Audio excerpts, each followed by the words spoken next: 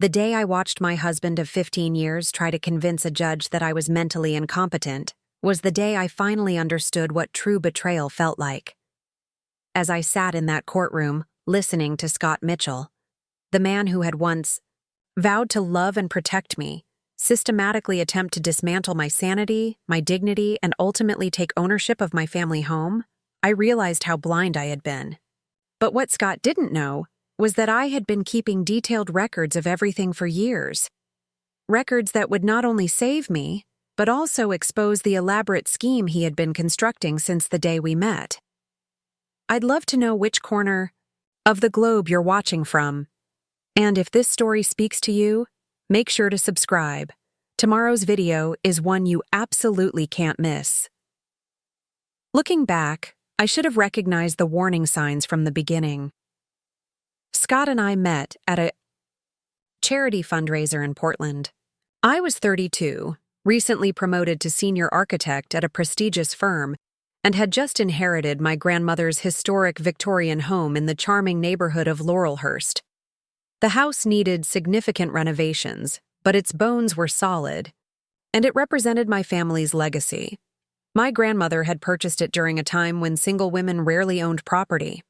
Scott approached me that evening with easy charm and genuine interest in my work. He was handsome in a non-threatening way, with kind eyes and an attentive manner that made me feel seen after years of prioritizing my career over relationships. When he mentioned he was a contractor specializing in historical restorations, it seemed like fate. "Emma Richardson," he'd said, testing my name on his lips. "I believe your grandmother's house is the Mitchell Gardner property on Everett Street. That place has incredible potential." I was impressed by his knowledge and flattered by his interest, both in me and in the house that meant so much to my family. Our first date was a walkthrough of the property, Scott pointing out original features worth preserving and suggesting thoughtful modifications that would honor the home's character while making it more livable. Within 6 months, Scott had moved in, insisting it made more sense while he oversaw the renovations. By our first anniversary, we were married in the garden of what was now our home, though legally it remained in my name, a detail that seemed inconsequential at the time.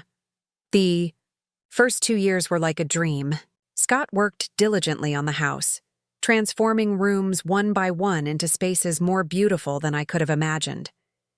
He encouraged me to focus on my career while he managed the domestic side of our lives.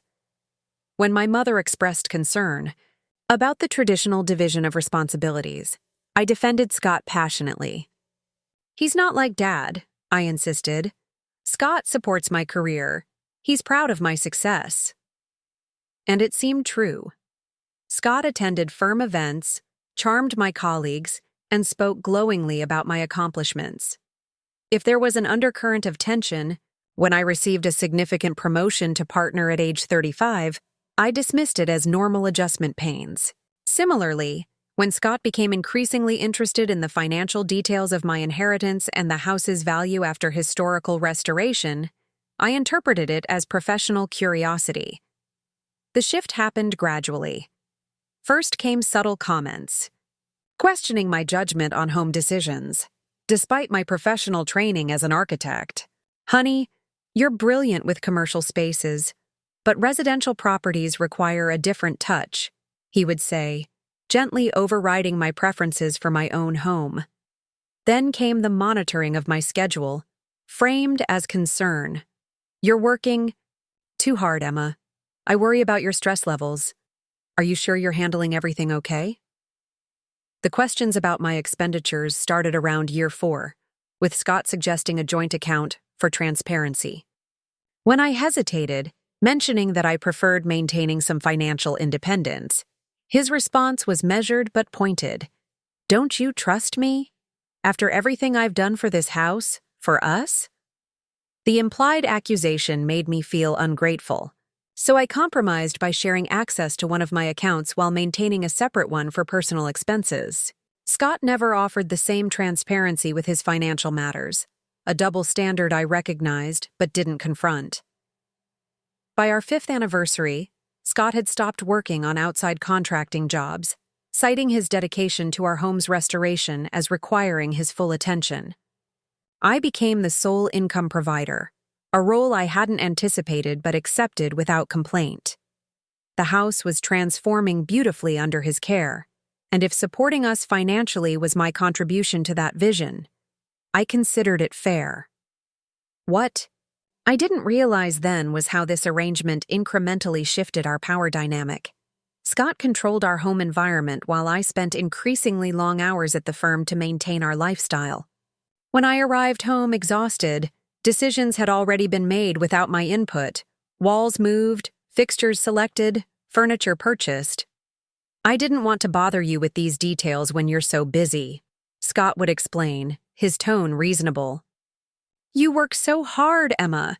Let me take care of things here." His consideration seemed genuine, and for a while, I was grateful. But looking back, I can see how each small concession eroded my agency in my own space. The house that had once been my sanctuary, my inheritance, was slowly becoming territory where I felt like a visitor. The social isolation happened next, so subtly I barely noticed. Scott began suggesting my friends were taking advantage of my success or didn't truly understand me. When my college roommate Catherine visited and expressed concern about my obvious exhaustion, Scott's friendly facade dropped momentarily. "Kate seems jealous of what we've built," he observed after she left.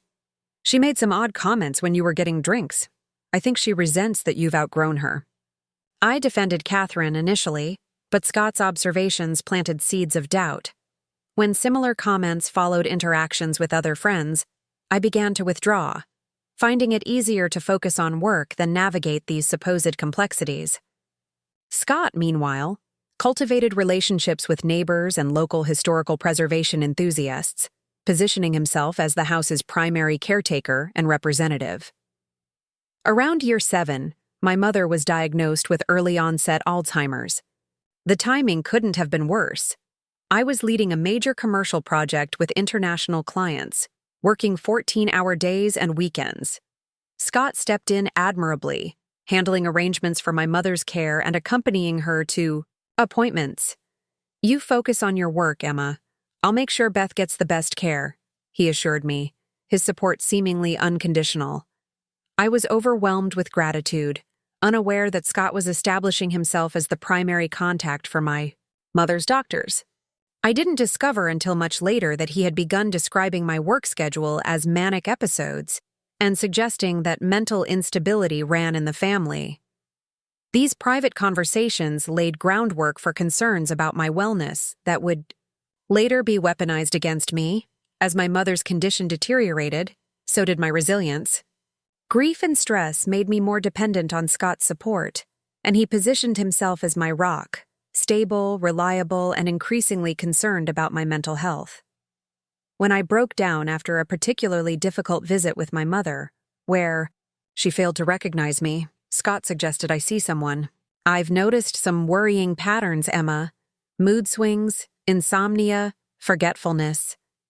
With your mother's condition and your family history, we should be proactive." Family history. A reference to my father's depression, which had been successfully managed with therapy and medication for decades.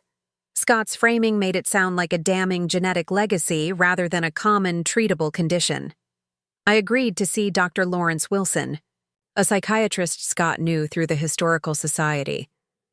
Dr. Wilson was perfectly pleasant, but seemed to have formed opinions about my mental state before our first meeting, asking leading questions about manic episodes, paranoid thoughts, and my ability to manage stress. When I challenged his assumptions, mentioning that while I was certainly under pressure, I felt psychologically stable, he made notes that I later learned characterized my response as lacking insight into condition. Scott attended my follow-up appointment, unusual for a spouse but positioned as supportive. The dynamic in the room shifted palpably with his presence, the conversation directed more toward him than me. When Dr. Wilson suggested medication for mood stabilization, Scott nodded emphatically while I expressed reservations. Emma has trouble accepting help sometimes, Scott explained in a concerned tone. It's part of the pattern I mentioned. I left with a prescription I was uncertain about and a growing sense of unease. That night, reviewing the dense paperwork from the appointment, I discovered Scott had been listed as my emergency contact and healthcare proxy, documents I had apparently signed but had no memory of reviewing carefully. The medication made me foggy and detached, affecting my concentration at work. When I mentioned discontinuing it, Scott's reaction was disproportionately alarmed. You can't just stop taking prescribed medication, Emma. That's exactly the kind of impulsive decision that worries me. The implied threat was clear. My judgment was being questioned, my decisions monitored. Yet raising these concerns only seemed to validate Scott's narrative about my mental state. I felt trapped in a self-reinforcing system where any resistance was interpreted as further evidence of instability. Around this time, I began keeping a journal, initially as a way to track my thoughts and ensure my own experiences remained clear. Amid growing confusion, I documented conversations, decisions, and my emotional responses, hiding the journal in my office desk where Scott rarely ventured. This small act of private resistance became my lifeline, a space where I could trust my own perceptions without external interpretation. Meanwhile, the situation at home deteriorated further. Scott began questioning my ability to handle our finances, pointing to occasional late payments I made during particularly busy work periods. He suggested consolidating all our accounts under his management to reduce your stress. When I resisted, his concern shifted to thinly veiled accusations. I'm worried about impulsive spending during your elevated periods, he said, carefully selecting words that echoed diagnostic language. Dr. Wilson mentioned financial management issues can be a symptom. I compromised again, agreeing to joint oversight of accounts but maintaining separate signing authority. Scott seemed dissatisfied with this arrangement but accepted it temporarily. What I didn't know then was that he was documenting every financial decision I made, building a case for fiscal irresponsibility that would later be presented out of context.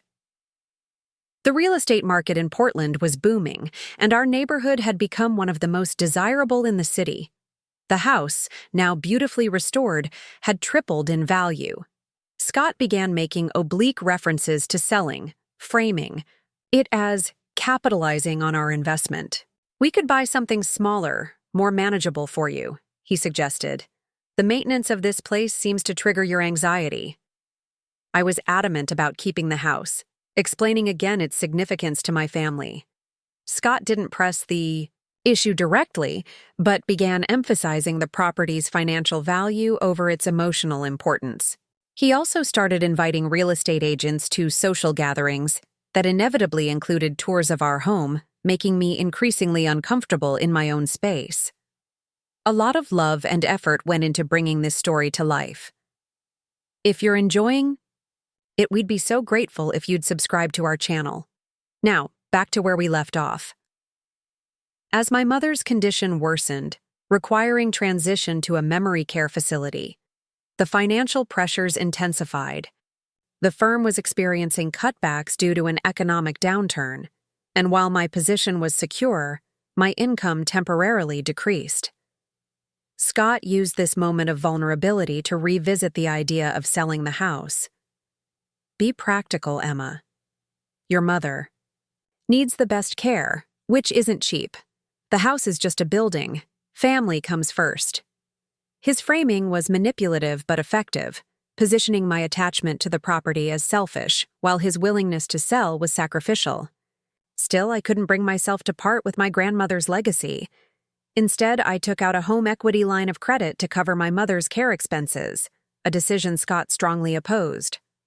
This is exactly the kind of irrational financial choice I've been concerned about, he said, his voice tight with controlled anger.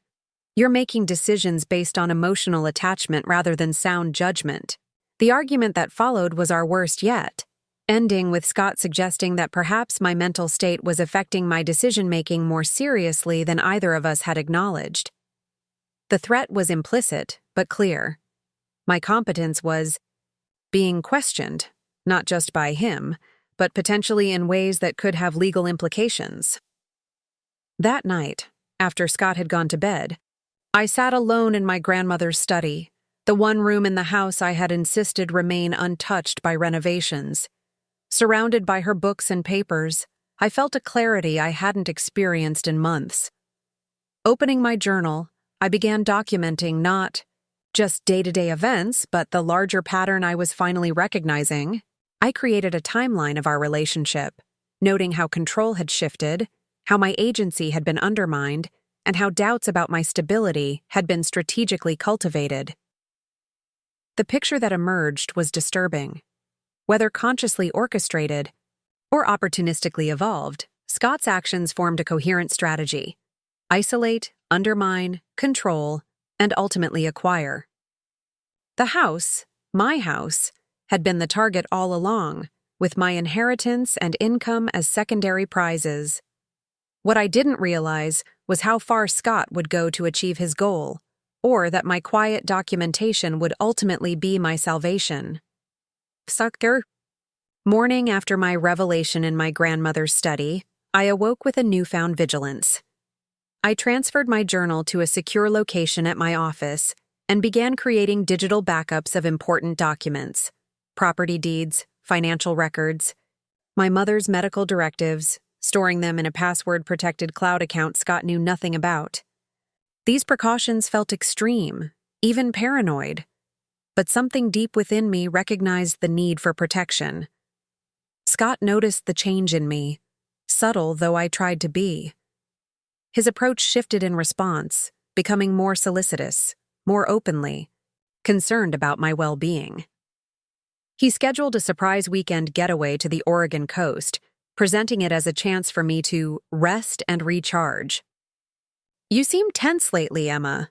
I'm worried about your stress levels," he said, his hand resting on my shoulder in a gesture that once felt comforting but now seemed calculating.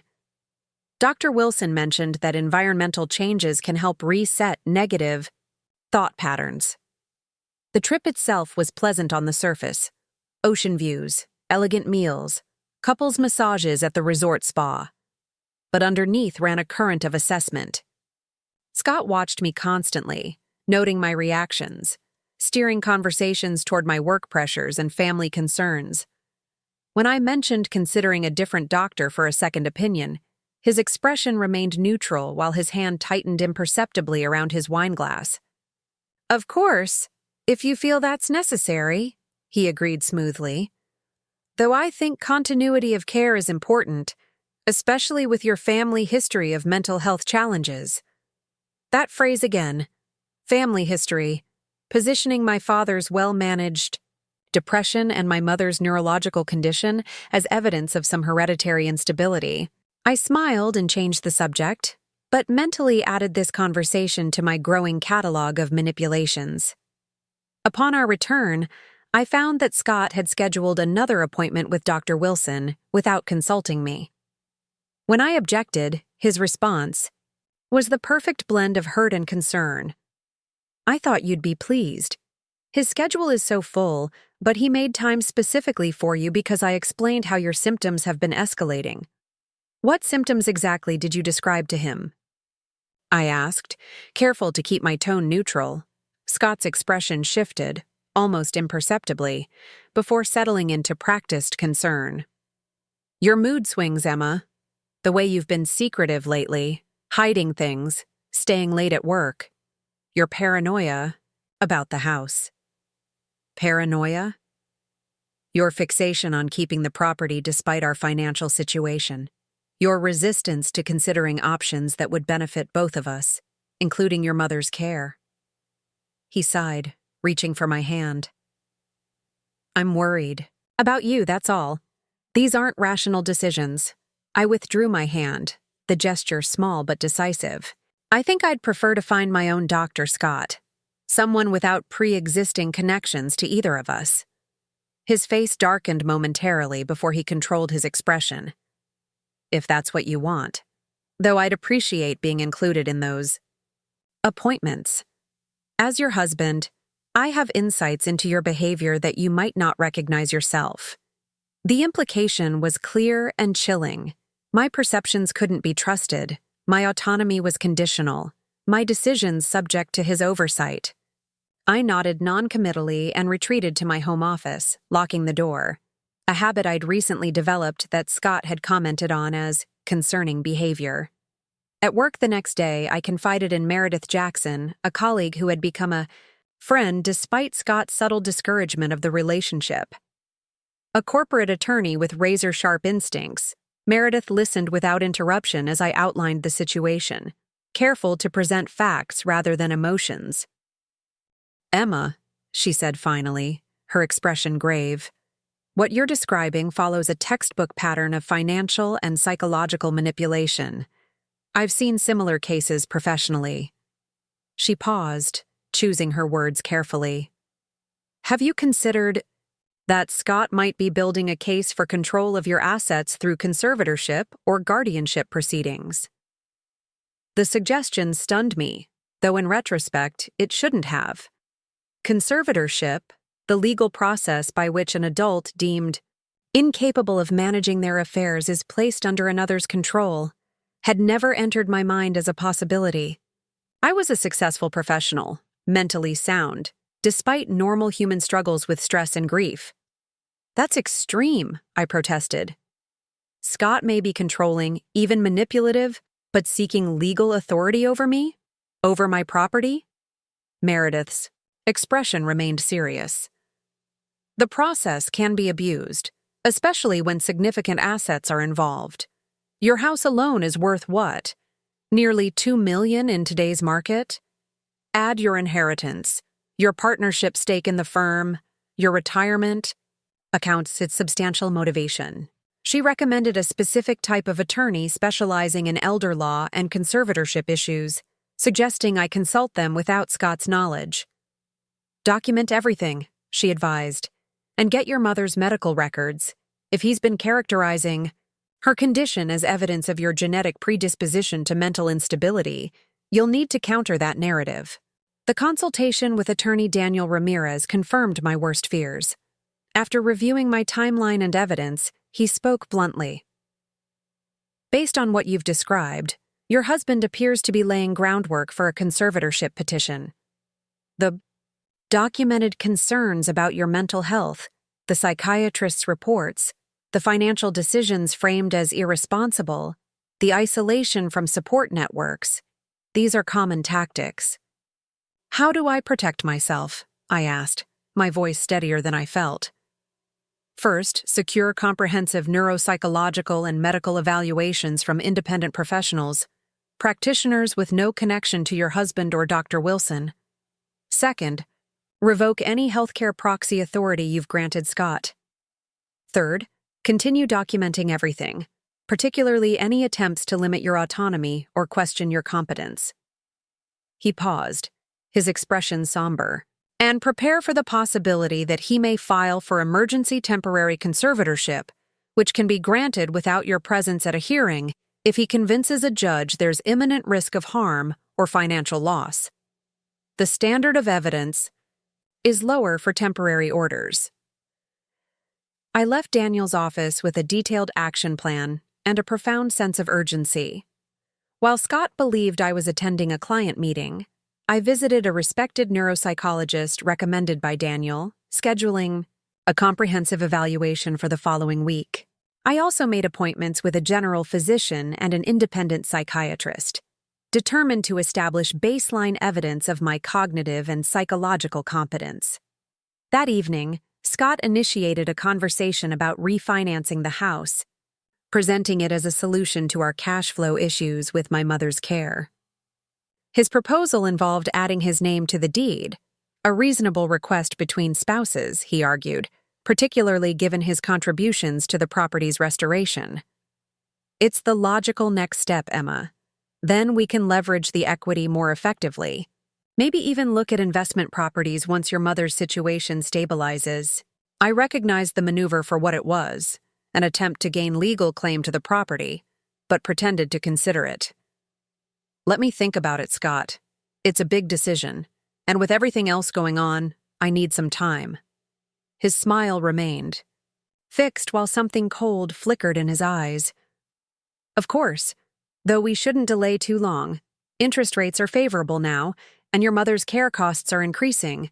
The implied pressure was typical, using my love for my mother as leverage, creating artificial urgency, positioning himself as the practical problem solver while characterizing my hesitation as emotional or irrational. Over the next few weeks, I moved methodically through my protection plan, while maintaining an outward appearance of normalcy.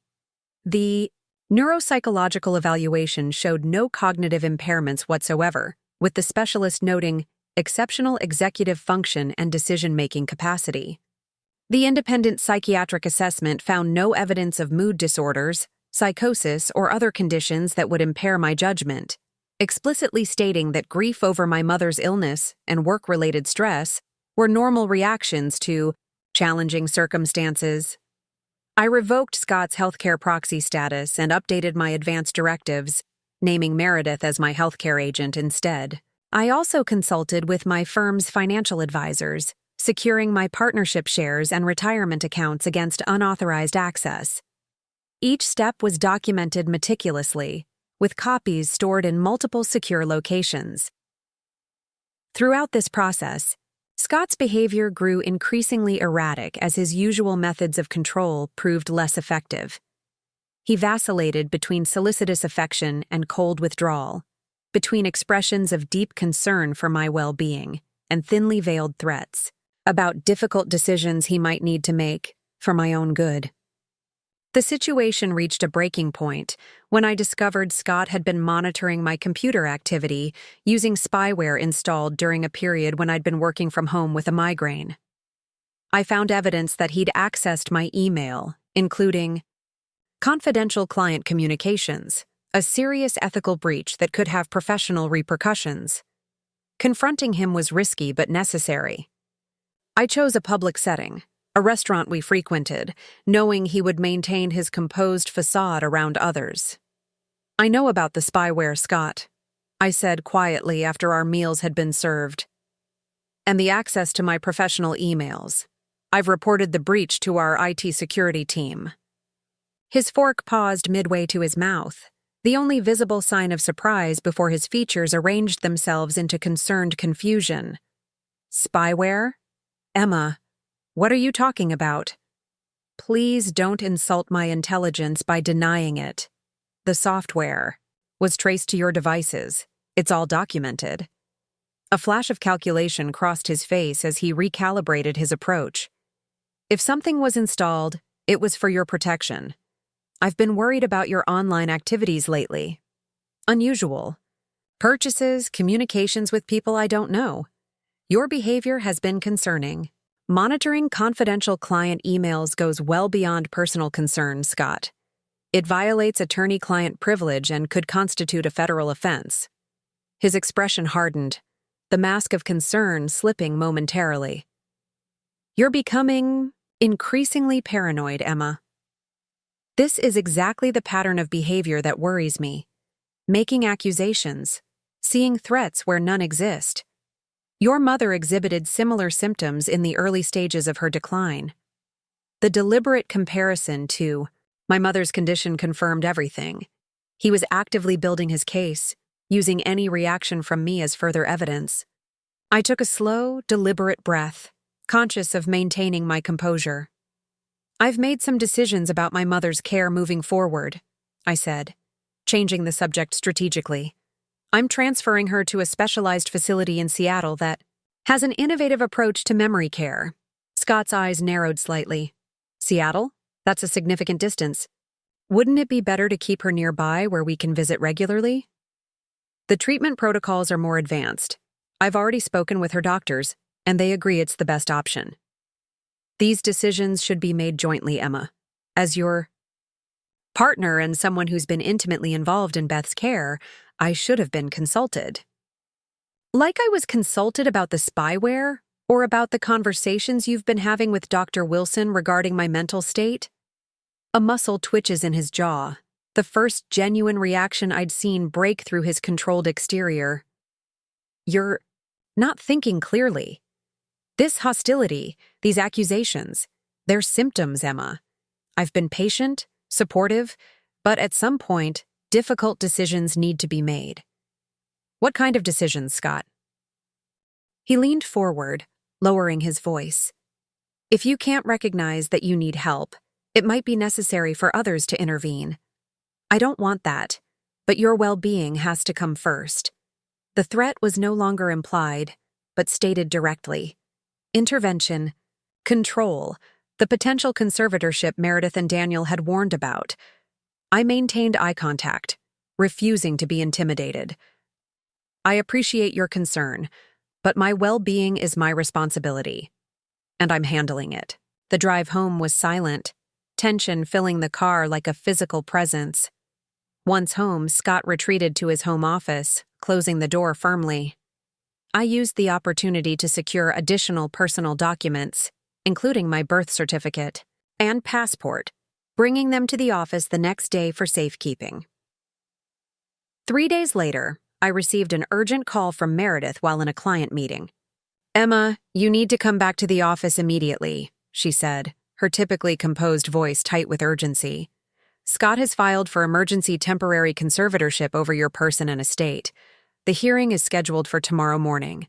Despite preparing for this possibility, the reality of it struck like a physical blow. I excused myself from the meeting and returned to the firm, where Meredith and Daniel Ramirez were waiting. Daniel had received notice as my attorney of record and had already begun preparing our response. "The petition is extensive," he explained, spreading documents across the conference table. "Scott alleges a rapid deterioration in your mental state, citing Dr. Wilson's professional assessment of acute stress disorder with delusional features, apparently triggered by your mother's illness." He's provided affidavits from several acquaintances, primarily his contacts from the Historical Society, describing erratic behavior and concerning statements you've allegedly made about financial matters. "That's fabricated," I said, scanning the documents with a growing alarm. "I barely interact with those people, and when I do, it's superficial conversation." He's also highlighting your recent secretive actions, changing healthcare proxies, transferring your mother without consultation, securing personal documents as evidence of paranoia and impaired judgment. Meredith interjected. "The most damning element is Dr. Wilson's professional opinion that you pose a risk to your own financial security through impulsive decision-making driven by delusional thinking. He specifically mentions your irrational attachment to the house and resistance to prudent financial solutions as evidence of impaired capacity. The temporary conservatorship would grant Scott control over your financial decisions and medical treatment for 30 days, during which a more comprehensive evaluation would be conducted," Daniel continued. "But that evaluation would likely be directed by Dr. Wilson or professionals of his choosing." "And the house?" I asked, already knowing the answer. "As conservator, Scott would have authority to make financial decisions he deems in your best interest, including property transactions if he can justify them as necessary for your care or financial security." The strategy was as transparent as it was calculating. Use the temporary conservatorship to quickly secure the property and other assets, establishing control that would be difficult to reverse even if the permanent conservatorship was ultimately denied. "What's our counter-strategy?" I asked, forcing myself to focus on solutions rather than the betrayal burning in my chest. Daniel outlined our approach, presenting the independent medical evaluations, demonstrating the timeline of manipulation through my documented evidence, challenging Dr. Wilson's assessment by revealing his pre-existing relationship with Scott, and highlighting my continuing professional success and sound decision-making at the firm. "We also need character witnesses," Meredith added. "People who interact with you regularly in professional and personal contexts who can testify to your competence and stability." We worked through the night preparing our response, gathering affidavits from colleagues, organizing my documentation. Chronologically, and building a case that revealed Scott's actions as a systematic attempt to gain control of my assets rather than genuine concern for my well-being. By dawn, we were exhausted but prepared. I returned home briefly to shower and change, finding Scott already gone, preparing with his attorney, presumably. The house felt different now, hostile rather than comforting, each renovated room a reminder of the elaborate deception that had unfolded within its walls. As I stood in my grandmother's study, running my fingers along her books, the one space Scott had never managed to alter, I noticed something I'd overlooked previously: a loose floorboard near her desk, barely perceptible unless you knew to look for it. My grandmother, practical and private by nature, had mentioned a secure place in the house years ago, but I'd assumed she was referring to the antique safe in the basement. Curious despite the pressing timeline, I carefully lifted the board, revealing a small compartment containing a metal box. Inside were documents I'd never seen, detailed notes about the house's history, previous owners, and most significantly, a set of original architectural plans showing modifications made over decades, including spaces not visible in the current layout. Among these was a reference to a document room adjacent to the study, accessible through what now appeared to be a solid wall. My grandmother's notes indicated the entrance had been concealed during renovations in the 1960s, but remained structurally intact. The implications were immediately clear. The house contained a hidden room that Scott, for all his meticulous exploration and renovation, knew nothing about. A secure space potentially beyond his reach or knowledge. I carefully returned everything except the architectural plans, which I placed in my briefcase alongside the case documents. Whether this discovery would prove relevant to our legal strategy remained to be seen, but it represented something powerful nonetheless, a reminder that this house, my legacy, still held secrets that belonged to my family alone. With this small but meaningful reassurance, I left for the courthouse, preparing to face the man who had systematically attempted to dismantle my autonomy, my credibility, and my connection to my family's heritage. Whatever happened in that courtroom, I was now certain of one thing: I would not surrender without using every resource at my disposal to protect what was rightfully mine. The Jefferson County Courthouse stood imposingly against the morning sky, its classical architecture a stark contrast to the modern legal battle about to unfold inside. I met Daniel in the lobby, where he briefed me on last-minute preparations while we waited for Meredith, who was bringing additional affidavits from colleagues who had worked closely with me on recent projects. "Remember," Daniel said quietly, "conservatorship hearings differ from standard adversarial proceedings. Judge Harriet Coleman has a reputation for being thorough but fair. She'll be focused on determining what's in your best interest, not on assigning blame or resolving marital disputes." I nodded, my hands clutching the leather portfolio containing copies of my independent medical evaluations, financial records, and the mysterious architectural plans I'd discovered the previous night. Daniel had been intrigued by my discovery, but cautioned against introducing it unless directly relevant to countering Scott's claims. "The case needs to focus on your demonstrated competence and the pattern of manipulation," he'd advised. "We don't want to appear as though we're changing the subject or introducing tangential information." We were directed to Courtroom 3, a wood-paneled space with high ceilings and an atmosphere of hushed gravity. Scott was already seated at the respondent's table with his attorney, Bradford Wells, a man known for handling high-asset divorces and complex estate matters. I hadn't seen Scott since discovering the conservatorship filing, and the sight of him, composed, professionally dressed, wearing an expression of practiced concern, sent a wave of cold anger through me. He met my eyes briefly, his face softening into what would appear to outsiders as compassionate worry. I maintained neutral eye contact, refusing to display either the rage or fear he might have expected. His gaze flickered momentarily with something like surprise before he turned back to confer with his attorney. Judge Coleman entered, a woman in her 60s with silver hair and penetrating eyes that missed nothing. After preliminary introductions, she addressed the hearing's purpose directly. This court is considering a petition for temporary conservatorship filed by Scott Mitchell regarding his wife, Emma Richardson Mitchell. Given the emergency nature of the filing, we'll proceed efficiently while ensuring all parties have appropriate opportunities to present their positions. Her gaze shifted between Scott and me.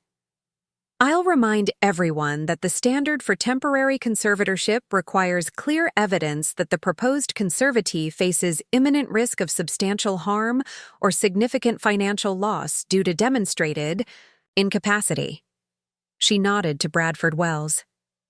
As the petitioner's counsel, you may begin. Wells rose smoothly, projecting practiced confidence. Your Honor, my client has filed this petition with deep reluctance and only after exhausting all other options to ensure his wife receives necessary support during a period of significant mental health challenges. What followed was a methodically constructed narrative portraying me as a successful professional, experiencing a psychological decline triggered by my mother's illness, characterized by paranoid thinking, secretive behavior, and impaired financial judgment.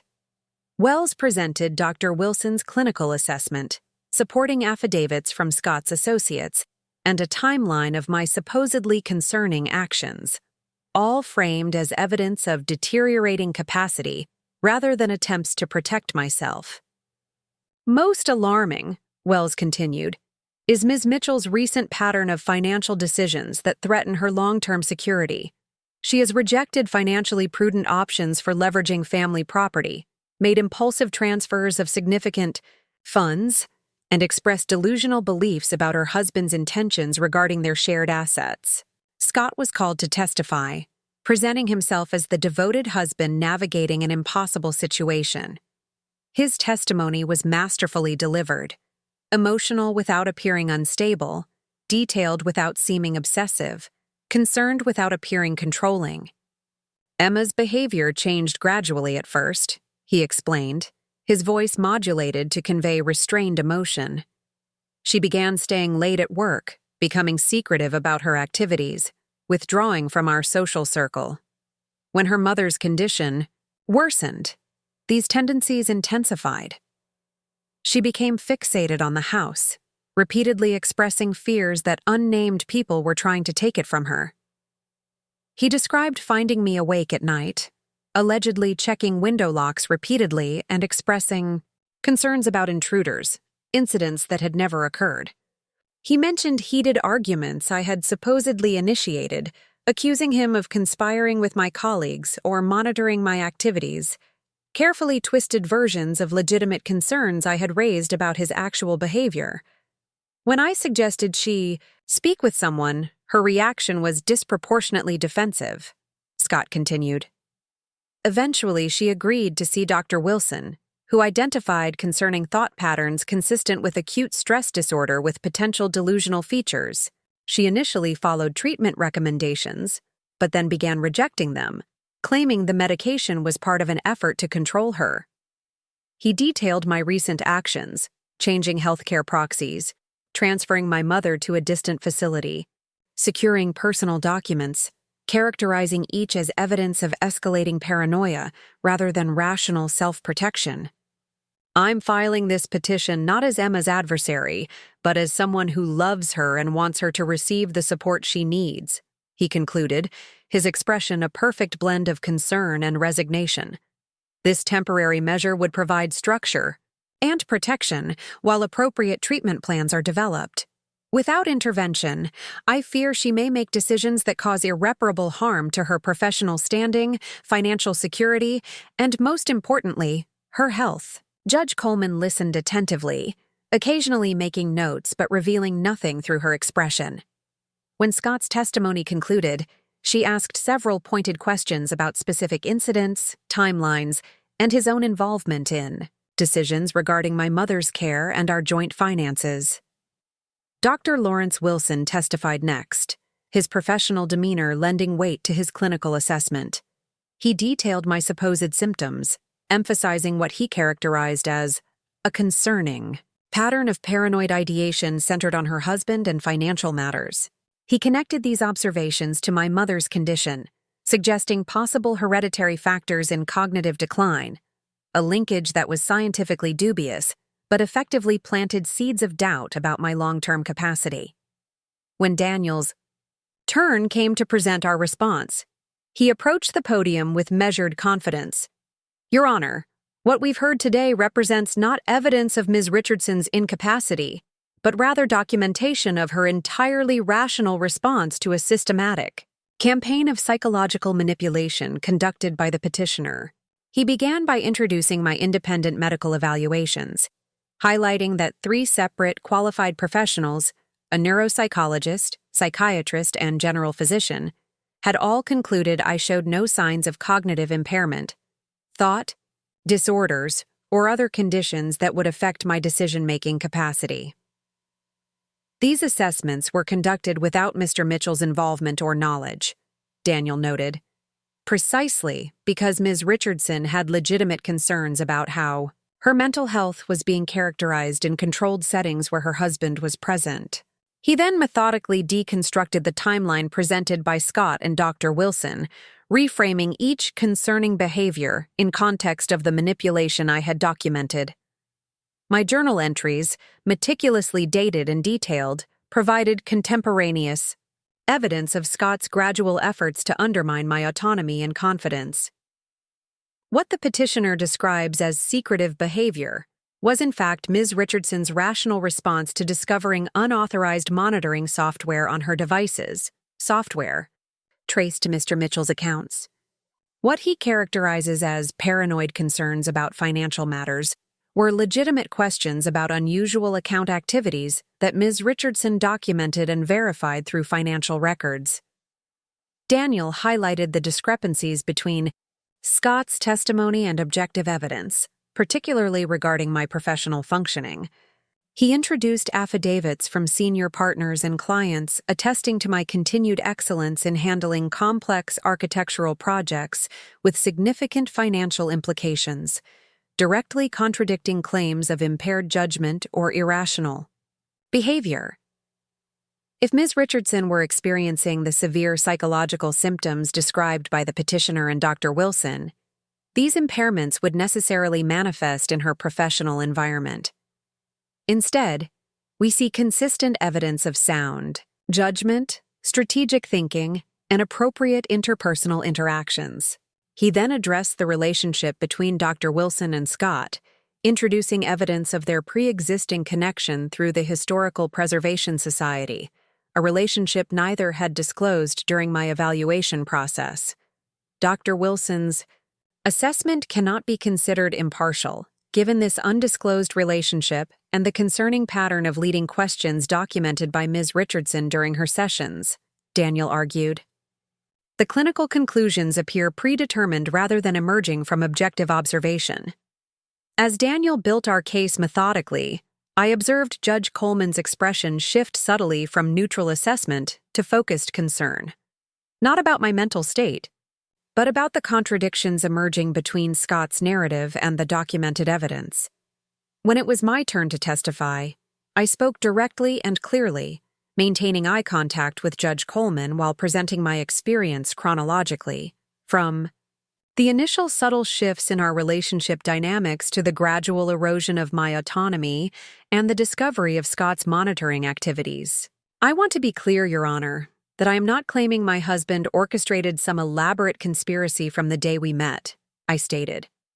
What began as controlling behavior evolved opportunistically when significant assets became involved, particularly as the property value increased and my mother's condition created financial pressures and emotional vulnerability. I acknowledged the legitimate stress and grief I had experienced regarding my mother's illness, but demonstrated how these normal, emotional responses had been pathologized and weaponized against me. I sought appropriate support through legitimate channels while continuing to function at a high level professionally and personally. The actions characterized as paranoid or secretive were reasonable protective measures taken after discovering concrete evidence of monitoring and manipulation.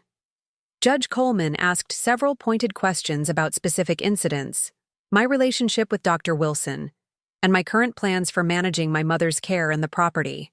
My responses were factual and direct, neither defensive nor emotional, focusing on demonstrating consistent, rational decision-making processes.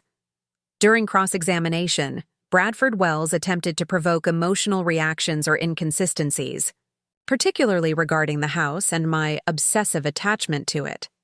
Ms. Richardson, isn't it true that you've repeatedly rejected financially sound options for managing this property, options that would benefit both you and your husband solely due to an emotional fixation that defies rational analysis? I've declined to transfer ownership interest in my family property based on sound financial and legal considerations, I responded evenly. The house represents not just sentimental value but significant financial security. Independent financial advisors have confirmed that maintaining sole ownership while exploring other equity options represents a prudent approach, particularly given recent market volatility. Judge Coleman called a brief recess after testimony concluded, during which Daniel expressed cautious optimism. "You've presented yourself exceptionally well," he said quietly. The contrast between the person Scott described and the woman who just testified couldn't be more stark. When court resumed, Judge Coleman delivered her ruling with direct clarity. Having reviewed the evidence and testimony presented, this court finds the petitioner has failed to meet the standard for emergency, temporary conservatorship. There is insufficient evidence that Ms. Richardson faces imminent harm or financial loss due to demonstrated incapacity. On the contrary, substantial evidence suggests she continues to function at a high level professionally and is making reasoned decisions regarding her health care, finances, and property. The relief that washed through me was tempered by her next words. However, this ruling addresses only the emergency petition before the court today. Mr. Mitchell retains the right to pursue standard conservatorship proceedings, which would involve more comprehensive evaluation and evidence. Given the concerning nature of some allegations raised today, I am ordering that all parties maintain current financial arrangements without transfers or property transactions pending any further proceedings. She fixed Scott with a penetrating look. Additionally, I am issuing a temporary order prohibiting unauthorized access to Ms. Richardson's electronic devices, medical records, or financial information by either party without consent or court order. As the hearing concluded, Scott's composed facade showed its first significant crack, a flash of cold anger quickly suppressed as he conferred with his attorney. I maintained my focused demeanor until we exited the courtroom, where Meredith was waiting. "First round to us," Daniel said quietly as we walked toward the exit. "But this isn't over. Bradford was taking extensive notes during your testimony, particularly regarding the house. They're recalibrating their strategy." "What's the next likely move?" I asked. "Based on Wells's reputation, they'll pivot to a different approach rather than immediately pursuing standard conservatorship proceedings, which would face significant hurdles after today's outcome. They might suggest mediation, possibly positioning it as a good faith attempt to resolve concerns outside court. Or they might target the house specifically through other legal channels," Meredith added. "Property claims in marital disputes can proceed independently of capacity issues." As we reached the courthouse steps, I spotted Scott and Bradford exiting through a side door, engaged in intense conversation. Scott glanced up, meeting my eyes briefly across the plaza. The look contained none of the manufactured concern he'd displayed in the courtroom. Only cold calculation, and something that might have been surprising was that his carefully constructed narrative had failed. "I need to collect some things from the house," I said, turning back to Daniel and Meredith. "Personal items, documents, family mementos, things that would be difficult to replace." Daniel nodded. "That's wise, but don't go alone. The period immediately following these hearings can be volatile, especially when substantial assets are involved. I'll arrange for someone from my office to accompany you." "I'll come," Meredith offered immediately. "I can help identify any financial or legal documents that might be important to secure. We agreed to meet at the house in 2 hours, giving Scott time to return and retrieve whatever he needed as well. I hadn't decided yet whether I would continue living there during whatever legal proceedings followed, but securing irreplaceable items and documents felt urgently necessary. As they departed, I remained on the courthouse steps momentarily, processing the morning's events. The judge's ruling had validated my perception and agency, countering months of gaslighting and manipulation. Yet the relief was tempered by the recognition that this represented only the first confrontation in what might become a protracted battle. My phone chimed with a text message from an unknown number. Opening it revealed a single sentence. The attic space above the east bedroom contains structural plans from the 1930s renovation. No signature, no context, nothing to identify the sender. The reference to architectural plans similar to those I'd discovered in my grandmother's hiding place couldn't be coincidental, yet I couldn't identify who might possess such specific knowledge about the house. The message felt like a deliberate clue, one that might prove relevant to whatever came next. I saved the message and headed toward my car, mind racing with possibilities. The architectural plans I'd already discovered had revealed one hidden space. Perhaps there were others, features of the house that Scott, for all his meticulous renovation work, remained unaware of. Spaces that might contain additional documentation, family records, or other evidence that could prove crucial in protecting my legacy. The critical phase of this conflict had just begun, but for the first time in months, I felt a sense of cautious optimism. Scott had underestimated me, assuming that isolating me from support systems and undermining my confidence would render me incapable of effective resistance. That miscalculation had cost him the advantage of surprise. Whatever came next, whether legal proceedings targeting the house directly or more subtle attempts to regain control, I was no longer the vulnerable, isolated target he had carefully cultivated. The judge had seen through the fabricated concerns about my capacity, and I had reclaimed my narrative. The path forward remained challenging, but I now moved along it with clearer vision and renewed determination to protect what was rightfully mine. The mysterious text message about architectural plans weighed on my mind as Meredith and I approached my house that afternoon. We had agreed to meet Daniel's colleague, a former police officer named James who now worked as a legal assistant specializing in evidence collection, to ensure the visit proceeded without incident. Scott's car isn't here, I noted as we pulled into the driveway. Relief mingled with suspicion. His absence seemed convenient, almost calculated. Let's move quickly regardless, Meredith advised. Focus on irreplaceable items first. Family heirlooms, personal documents, anything with sentimental or evidentiary value. James arrived moments later, his presence reassuring as we entered the house. The familiar space felt different now, contaminated by deception, each room holding memories now shadowed by doubt. Had Scott been planning this from the beginning, or had opportunism evolved into calculation as he realized the potential value of my assets? We worked methodically, starting with my grandmother's study and the master bedroom. I collected family photographs, jewelry passed down through generations, personal journals and correspondence, tangible connections to my history that couldn't be replaced.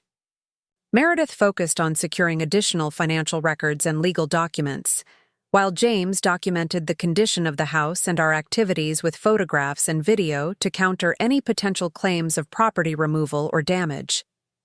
The text message nagged at me, drawing my attention repeatedly to the ceiling of the east bedroom. Finally, I mentioned it to James, showing him the message on my phone. Could be significant, could be misdirection, he said thoughtfully. Let's check it out, but carefully. If there are additional architectural documents, they could be relevant to establishing the property's history and value. The east bedroom ceiling featured a small access panel that I'd always assumed led to standard attic space. James retrieved a stepladder from the garage, and after ensuring the panel wasn't wired or trapped in any way, carefully opened it. "There's a metal box up here," he called down after shining his flashlight into space. "Looks old, possibly original to the house." He carefully extracted it, a dented tin document box, its lid secured with a simple latch rather than a lock. Inside were yellowed papers, primarily architectural drawings and correspondence regarding the 1930s renovation, just as the text had indicated. But beneath these expected items lay something more significant: a handwritten letter from my grandmother to me, dated just months before her death, sealed in an envelope with my name written in her distinctive script. My hands trembled slightly. As I opened it, Meredith and James respectfully stepping back to give me privacy. "My dearest Emma, if you're reading this, you've discovered one of the secrets of this house, that it contains hidden spaces and histories known only to our family. There are others, detailed in the original plans I've placed in the floor safe in my study, which you alone can access. This house has sheltered 4 generations of independent women in our family, each of whom faced challenges to their autonomy and ownership. Your great-grandmother Josephine created the hidden document room during Prohibition, not to conceal illegal spirits as local rumors suggested, but to protect legal records establishing her sole ownership after her husband's attempts to claim the property. I tell you this not to burden you with suspicion, but to arm you with awareness. This house represents more than shelter or investment. It is the physical manifestation of our family's determination to maintain independence against social and legal systems often designed to transfer women's property to male control. The renovation plans include the original design of the hidden room adjacent to my study, with its separate ventilation system and reinforced door. Should you ever need a secure space beyond others' knowledge, remember that the 3rd bookcase conceals its entrance when the mechanism is properly engaged. Trust your instincts, Emma.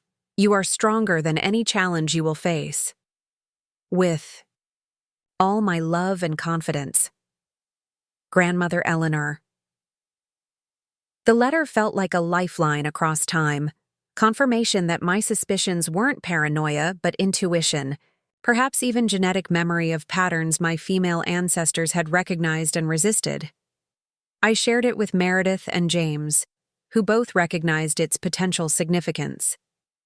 This establishes a family history regarding the property that predates your marriage, Meredith noted. That could be legally relevant in countering any claims Scott might make regarding his contributions to the house's value. James added, the reference to hidden spaces creates practical considerations as well. If there are secure areas Scott doesn't know about, they could provide safe storage for important documents or evidence moving forward. We located the hidden room exactly where my grandmother's letter indicated, behind the 3rd bookcase in her study. The mechanism was ingenious but simple. Pressing simultaneously on 2 specific books released a spring-loaded latch, allowing the entire bookcase to swing outward. Behind it lay a small room, approximately 8 by 10 feet, with a built-in desk, filing cabinets, and what appeared to be an original ventilation system independent from the house's main HVAC. The space was dusty but intact, clearly untouched, for years. The filing cabinets contained property records dating back to the original purchase, including the deed transferring ownership to my great-grandmother Josephine in 1919, a time when married women rarely held property independently. There were also journals, photographs, and letters spanning generations, each documenting aspects of our family's history with the house and the efforts to protect it. Most remarkably, a small wall safe, newer than the room itself, likely installed during my grandmother's time, contained a USB drive labeled simply insurance. James confirmed it wasn't booby-trapped or damaged before we carefully secured it along with the most important documents for removal to a safer location. As we worked, my phone chimed with an incoming email. The sender was unfamiliar, but the subject line, regarding Scott Mitchell and Horizon Properties, caught my attention immediately.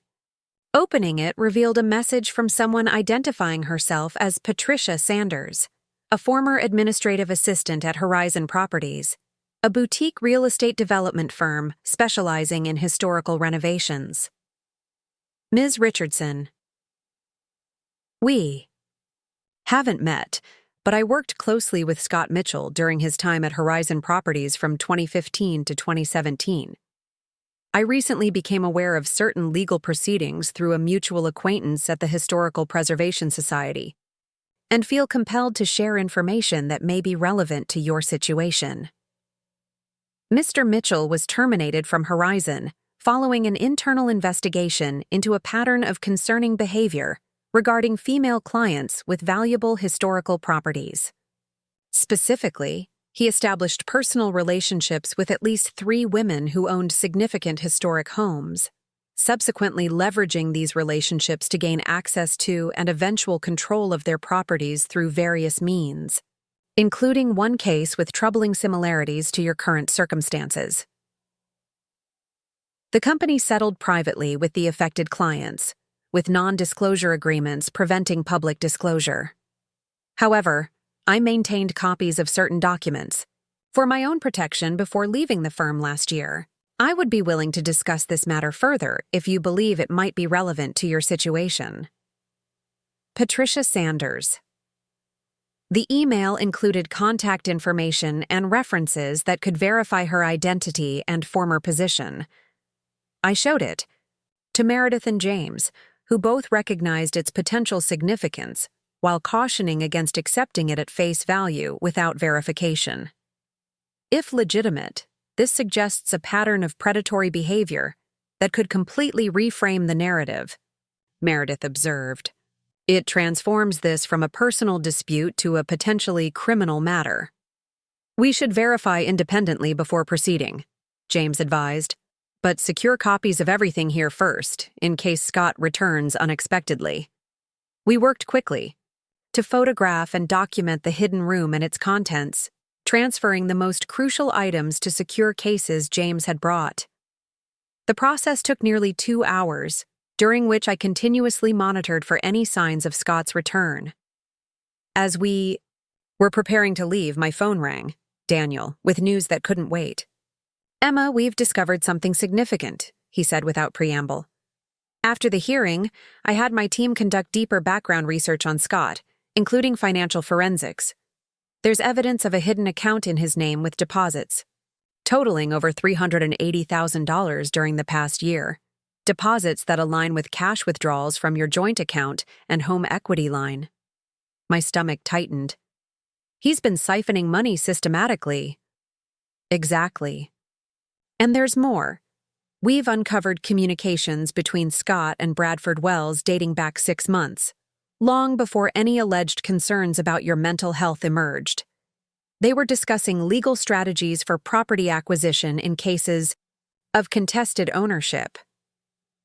They were planning this before he ever raised concerns about my stability, I concluded, the final piece clicking into place. The mental health allegations were a strategy, not a concern. It appears so. These findings dramatically strengthen our position and raise serious questions about potential financial fraud. I've scheduled an emergency meeting with the district attorney's office for tomorrow morning. In the meantime, you should not return to the house. We can't predict how Scott might react when he realizes his strategy has failed. The warning was timely. As we finished loading the secured documents into James's vehicle, a car turned rapidly into the driveway. Scott had returned, and he wasn't alone. Bradford Wells sat in the passenger seat, along with another man I didn't recognize. Get in your vehicle and leave immediately, James instructed calmly. I'll handle this interaction and follow behind you. Meredith and I quickly entered her car as Scott approached, his expression shifting from surprise to barely controlled anger when he registered James's presence and the cases being loaded. What exactly is happening here? Scott demanded, his voice tight. Breaking into my home? Removing property? Ms. Richardson is retrieving personal belongings from her legal residence, James replied evenly.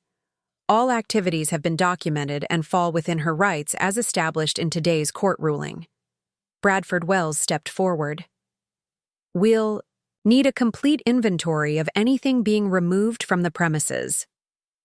A full documentation package has already been prepared and will be delivered to your office," James responded. "Now, if you'll excuse us, we're just finishing up." The tension was palpable as Meredith started the car. Scott's gaze fixed on me through the window, his eyes cold with calculation and something else. Perhaps the first genuine emotion I'd seen from him in months. Fury at having his carefully constructed plan disrupted. As we pulled away, I watched in the side mirror as Scott engaged in heated conversation with Bradford and the unidentified third man, gesturing emphatically toward the house. Whatever they were discussing, it clearly represented a strategic pivot now that the conservatorship approach had failed. We proceeded directly to a secure location, a small apartment building owned by Daniel's firm, used occasionally for clients in situations requiring temporary safe housing. The building featured security systems and restricted access, with apartments maintained specifically for emergency relocations. "You'll be comfortable here while we process what we've discovered," Meredith assured me as we settled into a surprisingly well-appointed two-bedroom unit. "The building has 24-hour security, and no one knows this location except those directly involved in your case." That evening, as James worked on cataloging and securing the documents we'd retrieved, I finally had an opportunity to examine the USB drive from my grandmother's safe.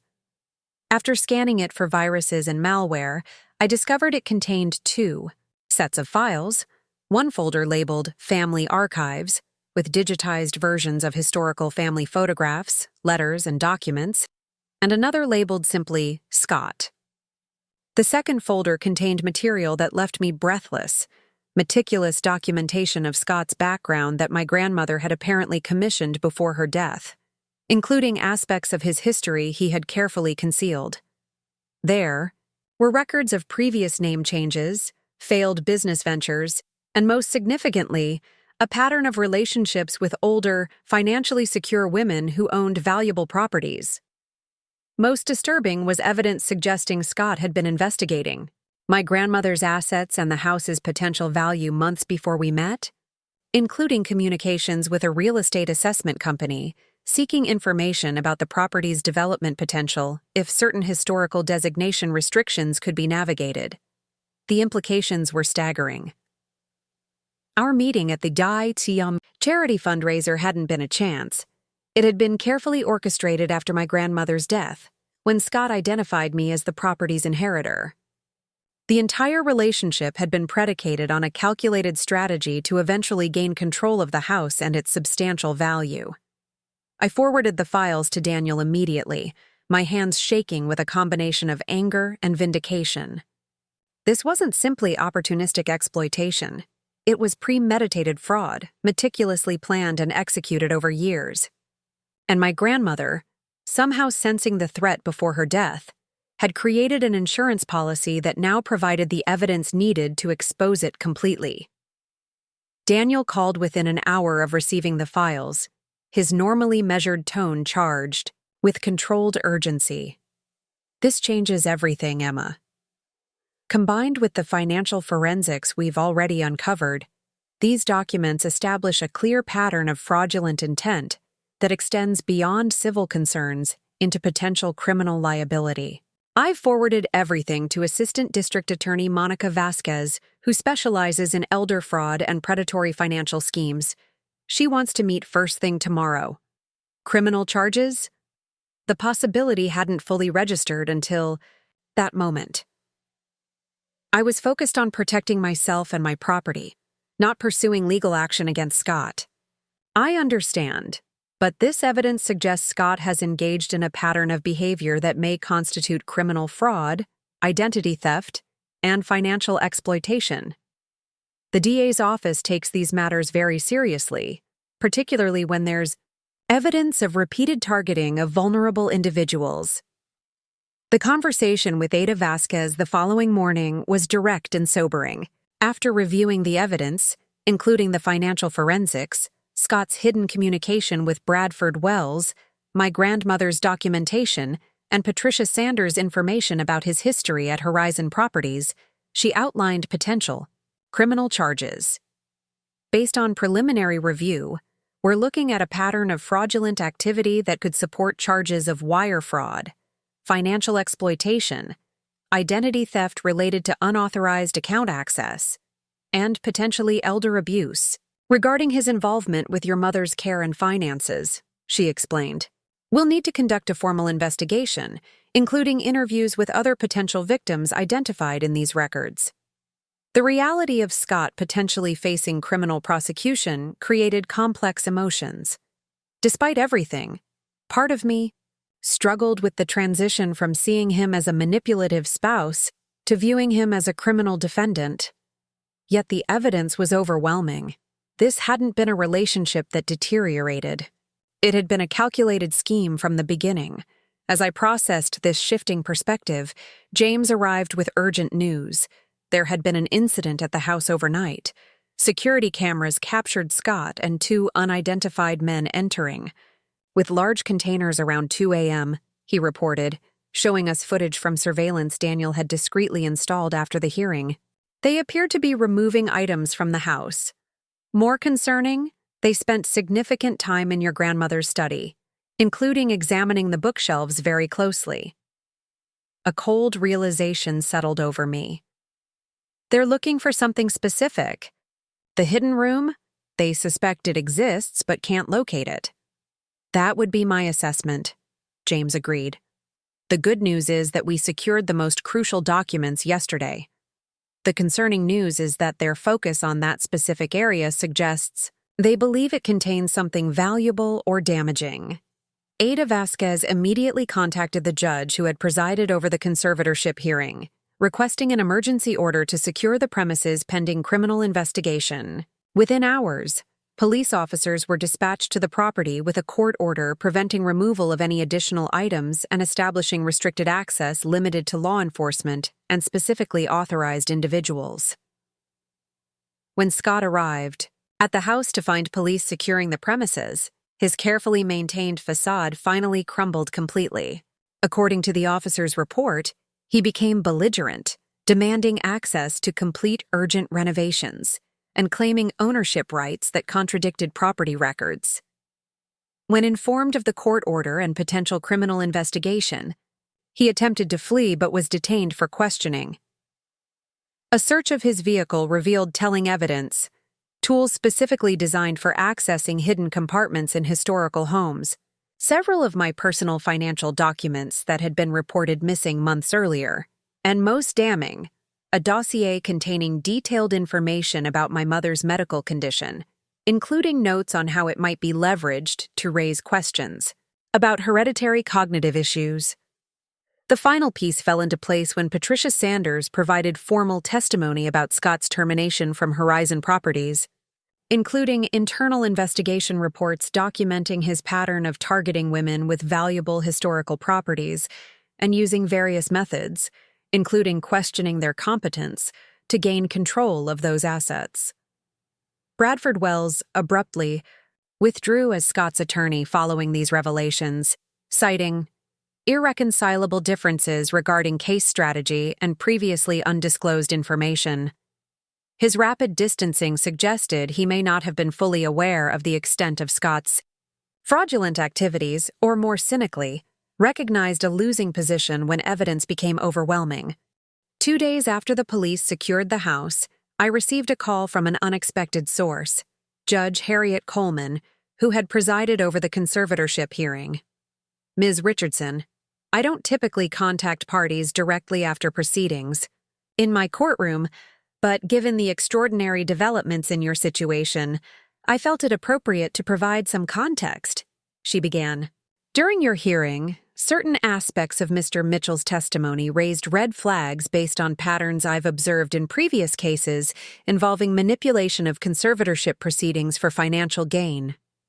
She explained that while maintaining judicial neutrality during the hearing, she had noted specific language patterns and tactical approaches that matched those used in previous predatory conservatorship attempts.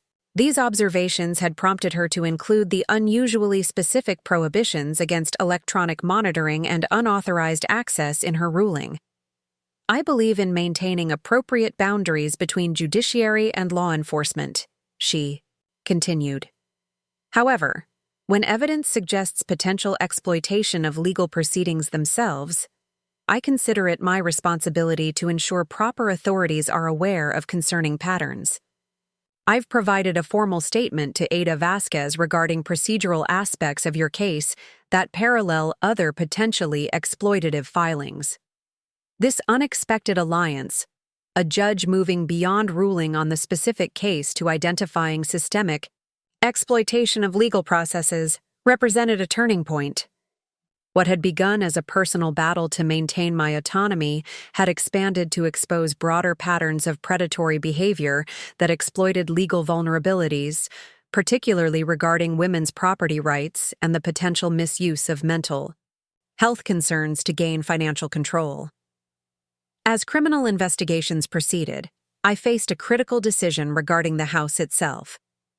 Though I had successfully defended my ownership and competence, the property now carried complex emotional associations.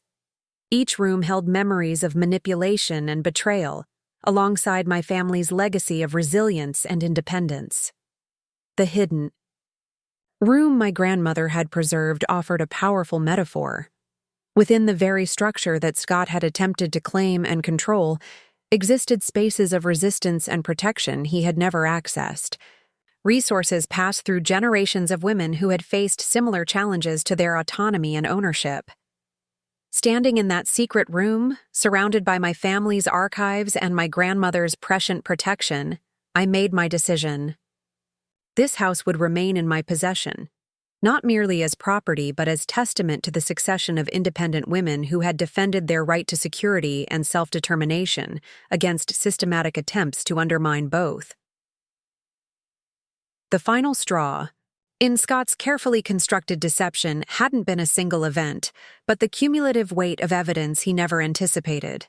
Documentation my grandmother had preserved, financial records I had secured, testimony from those who recognized his pattern, and most significantly, my own refusal to accept the narrative of incapacity he had methodically constructed. In the end, what Scott failed to recognize was that true competence isn't merely the ability to function effectively, but the wisdom to recognize threats to that functioning, and the courage to protect oneself against them, even when those threats come, disguised as concern from those claiming to protect you. The weeks following Scott's arrest unfolded with surreal intensity. What had begun as a personal struggle to maintain autonomy transformed into a complex legal case that attracted attention from advocacy organizations focused on elder fraud, women's property rights, and the potential misuse of conservatorship proceedings. ADA Monica Vasquez approached the case with methodical thoroughness, expanding the investigation beyond my situation to identify other potential victims. Patricia Sanders' testimony proved invaluable, providing documentation of at least 3 similar cases during Scott's time at Horizon Properties, all involving women who owned valuable historical homes, all approached through seemingly chance, meetings at community events related to historical preservation. We're establishing a clear pattern of predatory behavior, targeting specific victims with valuable assets, Vasquez explained during our regular case updates. Your documentation has created a roadmap that's helping us connect previously isolated incidents. The criminal investigation revealed increasingly disturbing details. Financial forensics uncovered a network of hidden accounts beyond the one Daniel had initially discovered, with funds moving through a labyrinth of transfers designed to obscure their origins and destinations. The total amount Scott had diverted from my accounts exceeded $520,000. Significantly more than initially estimated. More concerning were the connections that emerged between Scott, Bradford Wells, and Dr. Lawrence Wilson. While Wells had withdrawn, as Scott's attorney, digital evidence recovered from Scott's devices revealed communications suggesting a deeper collaboration than mere professional representation. The three men had connections through an investment group focused on real estate development, specifically, converting historical properties into luxury condominiums after navigating or removing historical preservation restrictions. They've been working together for years, explained Detective Lydia Rodriguez, who specialized in complex financial crimes. The pattern is sophisticated but consistent. Identify valuable properties with single owners, particularly women with potential vulnerabilities, establish relationships that provide access and eventual control, then convert the properties for significant profit. The revelation that Dr. Wilson had participated in this scheme was particularly troubling from professional and ethical perspectives. As a psychiatrist, he had violated fundamental principles of medical ethics, using his position to fabricate or exaggerate mental health concerns that could facilitate conservatorship proceedings. Dr. Wilson's involvement elevates the severity substantially, Vasquez noted. Using mental health diagnosis as a weapon to facilitate financial exploitation represents an extraordinary breach of professional trust and potential criminal conspiracy. The state medical board launched an independent investigation into Wilson's practice patterns, identifying at least 7 cases with similar characteristics. Patients referred by spouses or partners with concerns about financial decision-making. Diagnoses that emphasized impaired capacity without standard differential diagnostic processes, and treatment recommendations that prioritized medication and restricted autonomy rather than therapeutic support. As these investigations proceeded, I faced immediate practical challenges.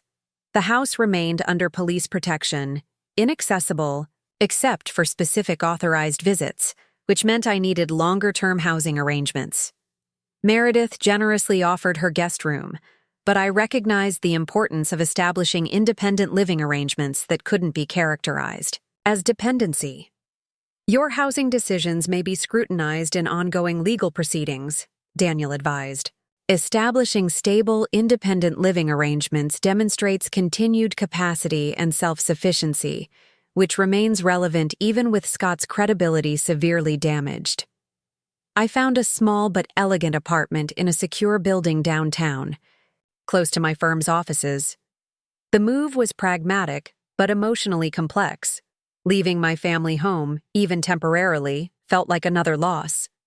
Yet there was unexpected freedom in creating a space untouched by Scott's influence, decorated according to my aesthetic, rather than the carefully curated historical authenticity he had prioritized. The apartment became my sanctuary during tumultuous days of legal consultations, evidence reviews, and emotional processing.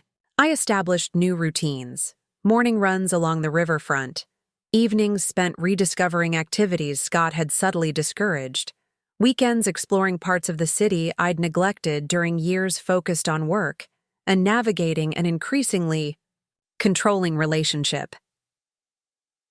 Throughout this period, I maintained regular visits with my mother, whose condition remained stable but progressive.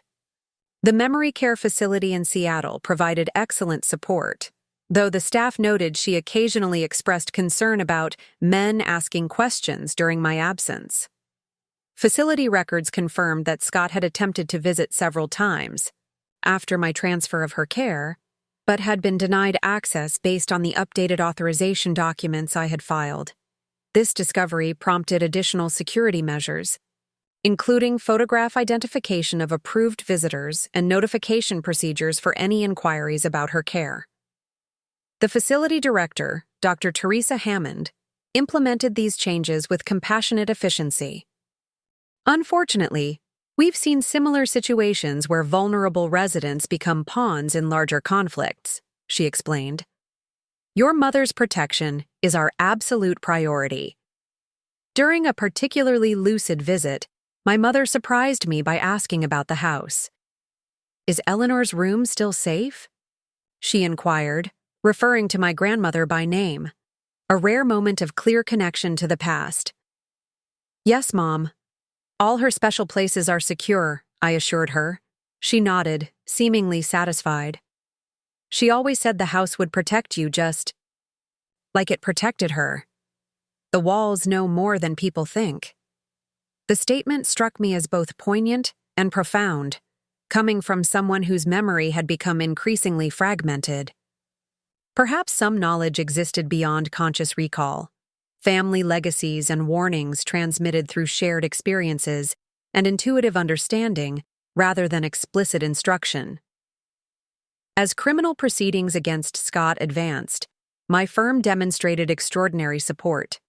Senior partners Jeffrey Reynolds and Alicia Chen adjusted my project assignments to accommodate legal obligations while maintaining my partnership responsibilities and income. They issued a firm-wide communication explicitly affirming their confidence in my professional capacity and judgment, a powerful counter-narrative to Scott's attempts to portray me as unstable. "We've worked together for over a decade," Jeffrey noted during a private conversation. "Your architectural vision and project management are foundational to this firm's reputation. We stand with you unequivocally." This professional validation proved essential as details of Scott's allegations became more widely known through legal proceedings. The firm's clients similarly expressed support, with several specifically requesting my continued involvement in their projects, despite the potential distractions of ongoing legal matters. The psychological impact of these events evolved in unexpected ways. Initially, I experienced acute anxiety about being disbelieved or having my perceptions dismissed, natural consequences of prolonged gaslighting and manipulation. Working with Dr. Sofia Rivera, a trauma specialist recommended by Daniel rather than through medical channels Scott might monitor, helped me recognize and address these responses. "What you're experiencing represents normal reactions to abnormal circumstances," Dr. Rivera explained during our sessions. "The hypervigilance, doubt, and anticipatory anxiety are adaptive responses to genuine threats you've faced. As those threats diminish, we can work on recalibrating these responses without pathologizing them." This framing, placing my reactions in context of normal responses to manipulation rather than evidence of instability, proved immensely healing. I began distinguishing between justified caution and hypervigilance, between legitimate documentation and compulsive recording, between appropriate boundaries and isolation. 3 months after the initial conservatorship hearing, Scott's criminal case reached a critical juncture. Facing substantial evidence and the prospect of additional victims coming forward, he agreed to plea negotiations. The terms required full financial restitution, guilty pleas to multiple felony counts including wire fraud and financial exploitation, and complete cooperation in ongoing investigations regarding his associates. The plea agreement brought practical closure but complex emotions. In exchange for cooperation, Scott received a reduced sentence of 6 years with possibility of parole. After 4, along with permanent restrictions on financial management roles and professional licensure, the punishment seemed simultaneously substantial and insufficient for years of calculated deception and the profound violation of trust. During the sentencing hearing, I had the opportunity to deliver a victim impact statement, a chance to address Scott directly for the first time since his scheme unraveled. I approached the podium with prepared remarks but set them aside, speaking instead from hard-earned clarity. "The most insidious aspect of your deception wasn't the financial theft, though that was substantial," I began, meeting Scott's eyes directly across the courtroom. "It was the systematic attempt to make me doubt my own perceptions, to question my competence, to believe I needed your guidance and control for my own protection. You weaponized concern, manipulated vulnerability, and exploited societal willingness to question women's stability when they assert independence." I described the impact of his actions, the professional disruption, emotional distress, and profound violation of basic security. But I also addressed the unexpected outcomes. "What you failed to recognize was the resilience you were testing. My grandmother understood potential threats to women's autonomy and prepared accordingly, creating protections you never discovered despite years living in her house. My colleagues recognized the competence you attempted to undermine. The judge saw through manipulations you thought were convincing. The investigators uncovered financial schemes you believed were untraceable. Scott maintained the impassive expression he'd worn throughout proceedings, but I noticed a muscle tightening in his jaw, the tell I'd eventually recognized as indicating frustration when his carefully constructed narratives faced challenge. "I'm not here seeking additional punishment beyond what the court determines appropriate," I concluded. "I'm here to reclaim narrative authority over my own life, something you systematically attempted to usurp. Your actions were calculated to create dependency and vulnerability. Their ultimate result has been to catalyze unprecedented clarity and strength." Judge Raymond Torres, who presided over the criminal proceedings, delivered a sentencing statement that acknowledged both the specific harms in my case and the broader pattern of exploitation. The court recognizes that financial restitution cannot fully address the violation of trust and systematic psychological manipulation involved in these crimes, he stated. Particularly troubling is the exploitation of mental health concerns as tools for financial gain, a strategy that not only harms individual victims, but potentially deters legitimate help-seeking by those truly needing support. As Scott was led from the courtroom to begin serving his sentence, I experienced neither satisfaction nor closure, but rather a complex mix of vindication, lingering anger, and overwhelming relief. The legal proceedings had validated my experiences and established consequences for documented harms. Yet they couldn't erase the years of manipulation or completely restore the sense of security that had been systematically undermined. With Scott's case resolved through plea negotiations, attention shifted to his associates. Dr. Lawrence Wilson faced both criminal charges and professional disciplinary proceedings, with his medical license suspended pending completion of investigations. Bradford Wells avoided criminal charges by cooperating extensively with prosecutors, though he faced disbarment proceedings for ethical violations related to his involvement in the conservatorship strategy. The broader network of real estate investors connected to the scheme faced investigations into potential patterns of property fraud spanning multiple jurisdictions. What had begun as my individual case expanded to expose systematic exploitation of legal vulnerabilities around property ownership, mental health, and conservatorship.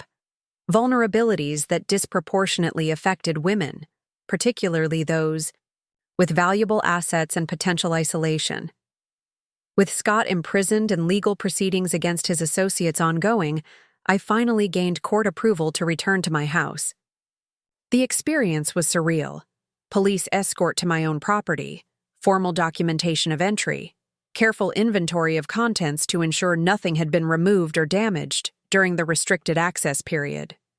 The house itself seemed simultaneously familiar and altered. Scott's renovations, once admired as thoughtful restoration, now revealed themselves as strategic modifications designed to emphasize historical significance, increasing property value, while eliminating aspects of the home that represented my family's unique adaptations and personality.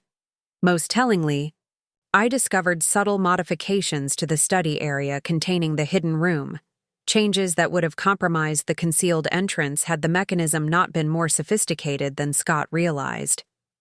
These alterations suggested he had, indeed, suspected something valuable was hidden there, though he never located the actual entrance before my discovery of his scheme. As police protection transitioned to private security over subsequent weeks, I faced the complex decision about whether to continue living in the house long-term. Despite its profound family significance, the property carried emotional associations that couldn't be easily separated from recent events. Each room contained memories of both ancestral strength and recent manipulation, creating a dissonance that made true relaxation difficult. Meredith provided characteristically direct counsel when I shared these conflicted feelings. "The house served its purpose," she observed during a quiet evening on my newly reclaimed porch. "It protected your family's legacy across generations, provided financial security when you needed it, and ultimately revealed Scott's true nature before he could complete his scheme. That doesn't mean you're obligated to remain here if the emotional cost outweighs the benefit." She raised practical considerations as well. Financially, the property represents significant value that could be leveraged differently, generating income through rental, providing funding for your mother's continuing care, or creating foundation resources to address the issues your case has highlighted. Ownership doesn't necessarily require occupancy. Her perspective offered liberating permission to consider options beyond binary choices of keeping or selling. I could honor my family's legacy while making decisions based on current needs rather than historical patterns. The house had indeed served its purpose, not as a fortress requiring constant defense, but as a resource providing options and security across generations. After careful consideration, I developed a plan that balanced historical significance with present well-being. I would maintain ownership of the property, but convert it into a dual-purpose space, partly a residential rental for visiting scholars researching women's property rights and legal history, partly a resource center developing education about predatory financial practices targeting vulnerable property owners. This approach honored both my grandmother's legacy of protection and my own hard-won insights about vulnerability and resilience. The house would continue serving its historical purpose, providing security and independence, while adapting to address contemporary manifestations of the challenges my female ancestors had faced. The renovation required to implement this vision differed fundamentally from Scott's cosmetic historical restoration. Working with a female-owned architectural firm specializing in adaptive reuse of historic properties, I developed plans that preserved architectural significance while creating functional spaces for research, education, and community gathering. Most importantly, the hidden room would be preserved but no longer concealed, transformed into a small museum space documenting both my family's history of property protection and the contemporary case that had exposed ongoing exploitation of legal vulnerabilities around women's ownership and autonomy. As physical transformation of the space began, I experienced parallel personal rehabilitation. The hypervigilance that had initially characterized my post-Scott functioning gradually recalibrated into appropriate awareness. The compulsive documentation of daily activities evolved into more selective recording of significant events and insights. The isolation imposed by Scott's systematic undermining of relationships gave way to renewed connections and carefully cultivated new associations. Dr. Rivera described this process as reclaiming narrative authority, moving from being the subject of others' definitions and diagnoses to becoming the author of my own experience and interpretation. This framework proved particularly powerful in navigating public aspects of the case, which had attracted media attention as criminal proceedings revealed the extent of the scheme. Rather than avoiding public engagement, I worked with advocacy organizations to develop educational materials about recognizing and responding to financial exploitation, particularly when facilitated through manipulation of mental health concerns or legal vulnerabilities. These efforts transformed a profoundly personal violation into a platform for systemic change, using painful experience to create protection for others facing similar threats. The most unexpected consequence emerged 6 months after Scott's sentencing, when I received a letter from Evelyn Carrington, an elegantly handwritten correspondence with a return address in Savannah, Georgia. The name wasn't immediately familiar, but the careful penmanship reminded me of my grandmother's generation, precise and distinctive in an era of digital communication. Dear Ms. Richardson, you don't know me, but our lives share unfortunate intersections. I was briefly married to the man you knew as Scott Mitchell, though he used the name Robert Carson during our relationship in 2011-2013. I owned a historic home in Savannah's district that had been in my family for generations. I recently became aware of your situation through news coverage of the criminal proceedings. The tactics described were disturbingly familiar. The chance meeting at a historical society event, the whirlwind romance focused on my property's potential, the gradual isolation from friends and family, the increasing concerns about my mental Stability when I questioned financial decisions. Unlike your situation, mine ended with significant losses. I did not have your grandmother's foresight or your professional resources. The gaslighting succeeded in making me doubt my own perceptions until I acquiesced to property transfers I later recognized as profoundly disadvantageous. I write not seeking assistance, that chapter of my life is closed, but to express profound admiration for your resistance and to share something that may provide additional context for your experience. Before he left Savannah, Robert Scott made a statement I've reflected on many times since. When I confronted him about the property transfer, he said, "Women like you inherit what you haven't earned and protect what you don't understand. I simply restore appropriate management of resources that would otherwise be wasted on sentiment." This philosophy, that women's property ownership represents some cosmic imbalance requiring correction, seemed to motivate him beyond simple financial gain. He appeared to consider himself a rightful arbiter of resources he believed women couldn't properly appreciate or utilize. I share this not to excuse his actions, but to illustrate the depth of entitled thinking underlying his predatory behavior. What you faced wasn't merely opportunistic exploitation, but ideological predation dressed as protection. Your successful resistance has provided validation for those of us who weren't as fortunate. Thank you for your courage in pursuing accountability. With respect and gratitude, Evelyn Carrington.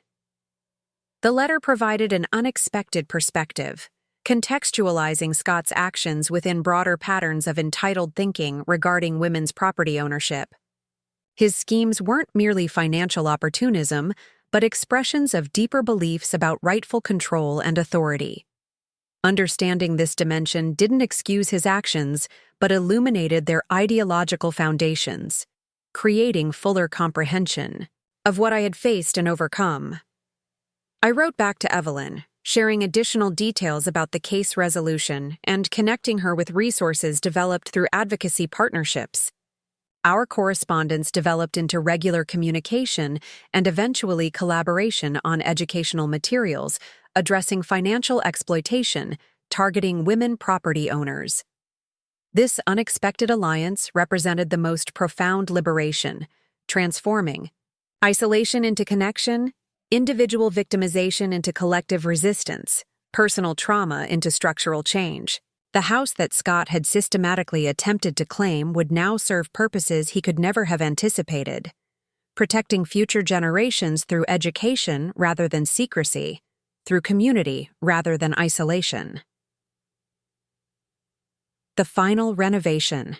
Plans included a gathering space named for my grandmother, where women facing potential exploitation could access legal resources, financial counseling, and peer support from others who had navigated similar challenges.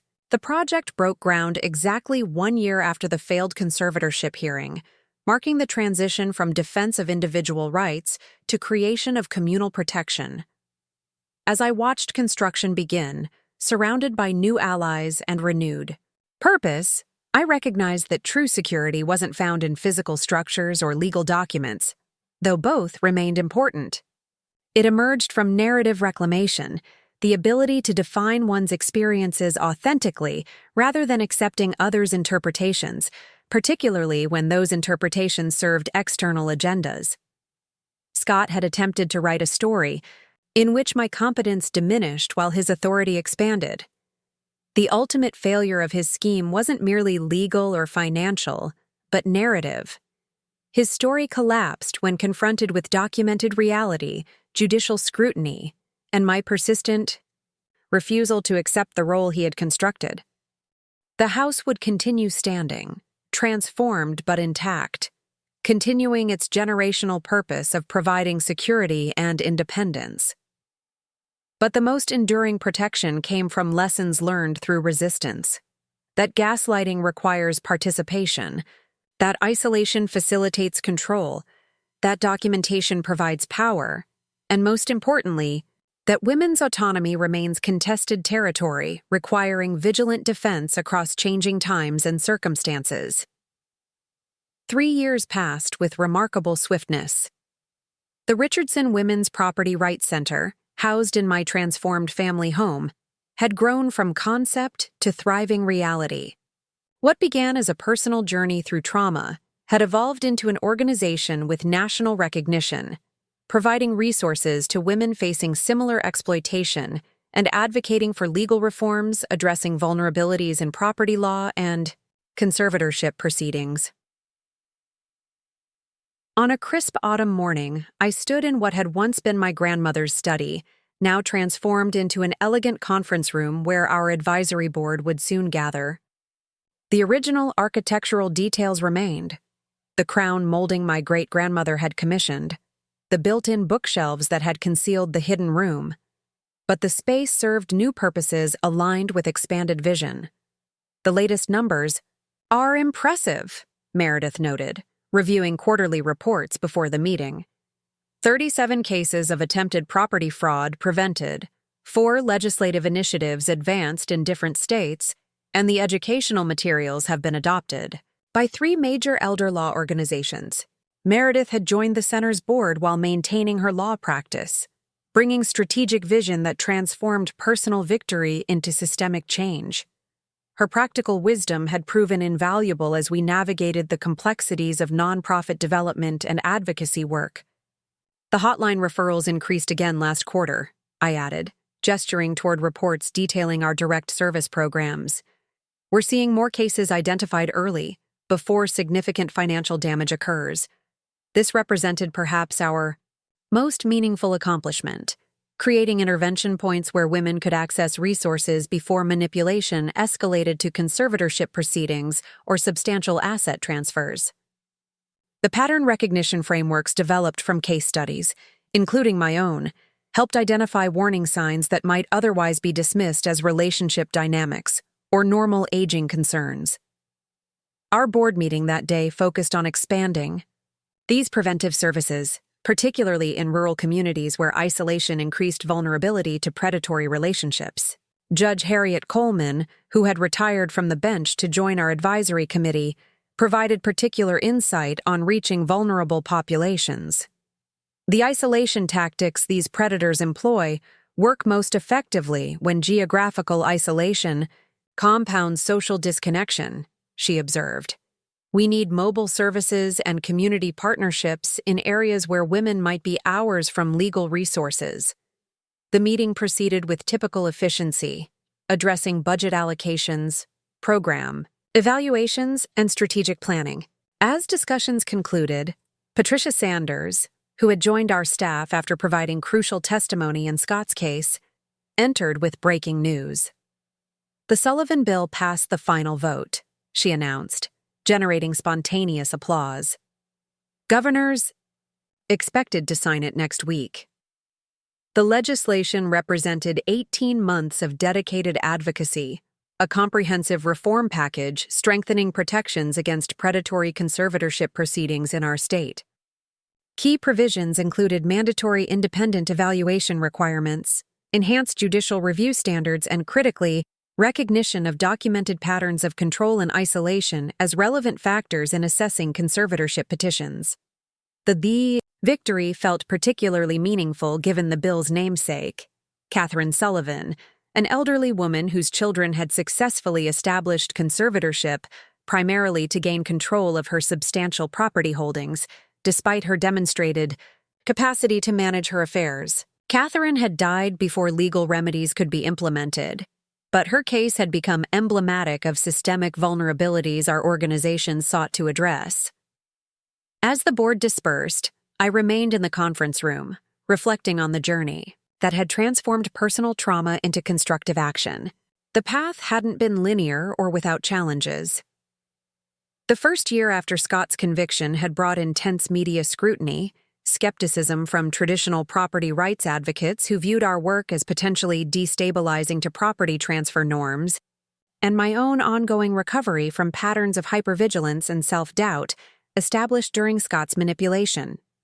Dr. Sofia Rivera, who continued providing therapeutic support throughout this period, characterized the process as post-traumatic growth. the phenomenon where trauma survivors develop new strengths, perspectives, and purpose through their recovery journey. "You've transformed defensive documentation into educational resources," she observed during one session. "Protective isolation has become community building. Hypervigilance has evolved into systemic awareness. These aren't merely coping mechanisms, but genuine transformations of trauma, responses into constructive engagement." This framework helped me navigate the complex emotional landscape of creating public benefit from private violation. There were still difficult days, moments when specific triggers activated physiological stress responses, nights when dreams replayed variations of Scott's gaslighting tactics, instances when new cases brought to the center resonated too closely. With my personal experience, I had learned to recognize these responses without judgment, to implement the grounding techniques Dr. Rivera had taught, and most importantly, to access support rather than isolating when vulnerability emerged. The very community created to help others provided reciprocal support during these challenging moments. My reverie was interrupted by the arrival of Evelyn Carrington, whose initial letter about her experience with Scott had evolved into regular collaboration. Now in her 70s, Evelyn had become a powerful advocate, particularly effective in reaching women of her generation who might be reluctant to acknowledge exploitation due to generational attitudes about privacy and self-sufficiency. "Wool gathering again, Emma?" she asked with characteristic directness, settling into a chair beside me. "Or strategic planning disguised as contemplation?" I smiled, appreciating her ability to lighten moments that might otherwise trend toward excessive seriousness. "A bit of both. Thinking about how far we've come since that first conversation. And how far we still have to go," she added pragmatically. "Though today's legislative victory deserves proper celebration before we tackle the next challenge." Evelyn had organized a small reception following the board meeting, inviting key allies who had supported the Sullivan Bill through various legislative hurdles. As we moved toward the center's community room, now filled with advocates, legislators, and survivors whose stories had informed the legislation, I was struck by the contrast between this vibrant, purposeful gathering and the isolation that had characterized my life during Scott's systematic campaign of control. State Representative Marcus Dawson, the bill's primary sponsor, raised a glass in toast. "To the women whose courage transformed private injustice into public policy," he said, nodding toward those of us whose cases had informed the legislative language, "and to those whose future security will be protected by these hard-won safeguards." The IA celebration continued into the early evening, with conversations ranging from implementation strategies to personal reflections on the journey that had brought diverse stakeholders together around common purpose. As the gathering gradually dispersed, I found myself drawn to the small museum space created from what had once been the hidden room, a space now dedicated to documenting both historical and contemporary challenges to women's property rights. The room's central display featured a timeline spanning generations, connecting my great-grandmother's struggles to maintain ownership during an era when married women had limited property rights to modern cases of digital financial exploitation, and manipulated conservatorship proceedings, artifacts from different eras, property deeds, legal correspondence, financial records, illustrated the persistent patterns underlying seemingly distinct historical challenges.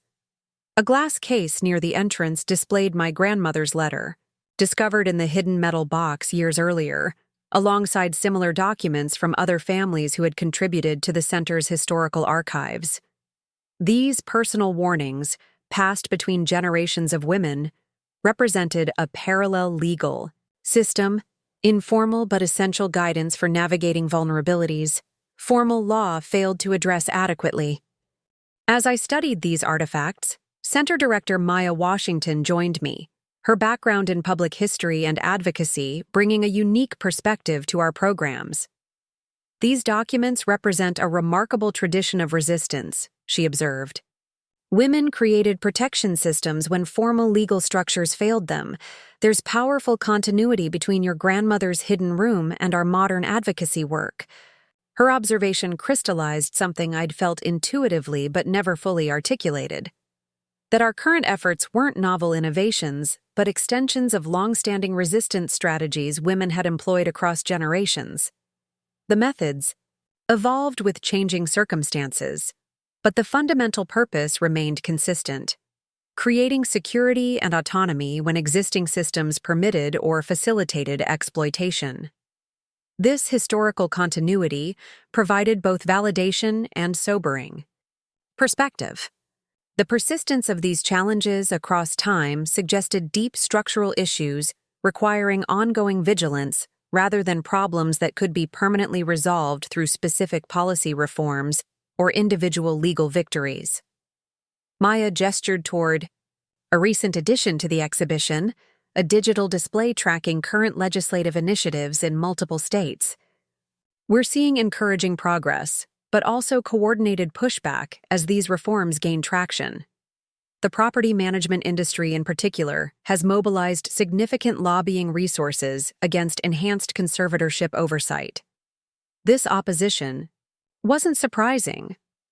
Our work challenged significant financial interests, not merely individual predators like Scott, but entire industries built around managing assets for those deemed incapable, often with limited accountability or transparency requirements. The financial stakes involved in conservatorship proceedings created powerful incentives to maintain systems favoring those seeking control over those being controlled. Speaking of opposition, Maya continued, lowering her voice slightly, we received another communication from Thomas Wells. Bradford Wells' son Thomas had emerged as a persistent antagonist following his father's disbarment and subsequent financial difficulties. While Bradford had ultimately cooperated with prosecutors to avoid criminal charges, the professional consequences had been severe: loss of legal license, substantial civil penalties, and permanent damage to reputation that affected his family's social standing and economic security. Thomas blamed these outcomes on me personally, rather than on his father's unethical conduct, directing particular anger toward the center's advocacy work. His communications had evolved from formal legal threats, dismissed by our counsel as meritless, to increasingly personal attacks, most recently focusing on my mother's ongoing care and insinuating that my advocacy represented displaced guilt about her condition. The usual accusations? I asked, maintaining outward composure despite the emotional impact these targeted communications still generated. Similar themes, though he's now suggesting he has undisclosed evidence regarding your mother's financial arrangements, Maya replied. Our security team is monitoring the situation, and Daniel has prepared appropriate legal responses if needed. These periodic reminders of lingering hostility from those connected to Scott's scheme never failed to trigger momentary anxiety, echoes of the hypervigilance that had characterized my initial post-trauma period. The difference now was context and support. What once might have prompted isolation and rumination now activated established protocols and community resources. Keep the security team updated on any escalation, I responded. But we can't allow these tactics to distract from the work, which is exactly their purpose. Maya nodded agreement. On a more positive note, we've finalized arrangements for next month's Judicial Education Conference. 17 states will have representatives attending, primarily judges who handle conservatorship proceedings and elder law matters. This initiative represented a particularly promising development, working directly with judiciary members to enhance recognition of exploitation patterns that might present as legitimate conservatorship cases. Judge Coleman had been instrumental in developing curriculum addressing how predatory actors manipulated legal processes and psychological assessments to create an appearance of incapacity where none existed. As evening descended, the center gradually emptied of visitors and staff. I completed a final walkthrough before leaving, a ritual that helped transition from professional responsibility to personal time. something I'd learned was essential for sustainable advocacy work. The house that had once been my private residence now served a communal purpose while retaining elements of my family's legacy. Each space held layered memories: my grandmother's quiet strength, Scott's calculated deception, and now the collective resilience of women reclaiming security and autonomy through shared knowledge and coordinated action. My own living arrangements had evolved as well. After 2 years in the downtown apartment, I had purchased a small craftsman bungalow near a nature preserve, a space entirely my own, with no historical connections to either family legacy or marital manipulation. The property represented a deliberate choice to create living space aligned with current needs, rather than defined by past relationships or obligations. This balance, honoring family legacy through the center's work while establishing personal boundaries that prioritized present well-being, had emerged as essential to long-term recovery and growth. Dr. Rivera characterized it as integrated narrative, maintaining connection to formative experiences without allowing them to dominate current identity or future possibilities. As I drove home through quiet streets, I reflected on this journey from isolation to community, from reactive protection to proactive prevention. The transformation hadn't erased trauma, but incorporated it into a larger narrative that included both violation and reclamation, vulnerability and resilience. My evening routine included regular video calls with my mother, whose condition had stabilized, though not improved. The Seattle facility continued providing excellent care, with staff who engaged her remaining cognitive strengths while providing appropriate support for progressive limitations. During lucid moments, she sometimes recognized me. During others, she engaged as if with a friendly visitor, sharing fragments of memories from earlier periods of her life. Tonight, she seemed particularly present, commenting on my appearance with unexpected clarity. "You look strong, Emma," she observed, studying my face through the video connection. "Like Eleanor when she stood up to that developer who wanted the house." The reference to my grandmother and a historical incident I'd heard mentioned but never fully understood caught me by surprise. "Tell me about that, Mom." When Eleanor stood up to the developer, she launched into a remarkably coherent account of an incident from the 1970s, when a development company had attempted to pressure my grandmother into selling the property for a condominium project. The tactics described, increasing offers combined with subtle community pressure, implications about elderly women's inability to maintain historic properties properly, suggestions that refusing represented selfish obstruction of neighborhood improvement, echoed contemporary patterns our center documented regularly. Eleanor created quite the scandal, my mother concluded with unmistakable pride. Presented documentation of their pressure tactics to the Historical Commission and City Council. The company representative claimed she was experiencing age-related confusion about their interactions. She laughed softly. They didn't know she'd recorded every conversation. The historical designation was expanded the following year, protecting the entire block from similar pressure. This story, emerging unexpectedly from my mother's fragmented memory, provided another link in our family's chain of resistance against attempts to separate women from rightfully owned property. I had known my grandmother as formidable, but hadn't fully appreciated how directly she had confronted similar challenges to those I had faced, using remarkably similar documentation strategies. After our call concluded, I found myself drawn to the small collection of family photographs displayed in my living room. My grandmother as a young woman standing proudly before the house, my mother receiving her medical degree, myself at various ages in the same spaces that now served new purposes through the center's work. The continuity provided comfort without constraint, connection to legacy that informed but didn't determine my choices moving forward. I had maintained financial ownership of the family property while transforming its purpose, honoring historical significance while addressing contemporary needs.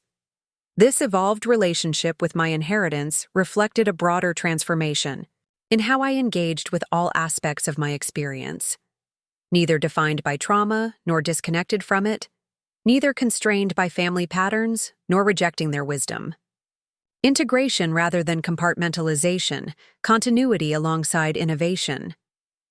The following morning brought notification that Governor Harris had scheduled the Sullivan Act signing ceremony for the following week, with specific invitation for center representatives to attend.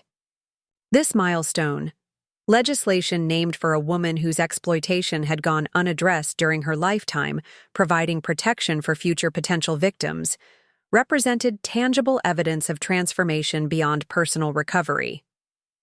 As I prepared for a day of client consultations with women identified through our early intervention program, I reflected on the path that had brought me from defending individual autonomy to building collective resistance. What began as a personal crisis had catalyzed professional evolution and community connection that would have seemed inconceivable during the isolated period of Scott's manipulation.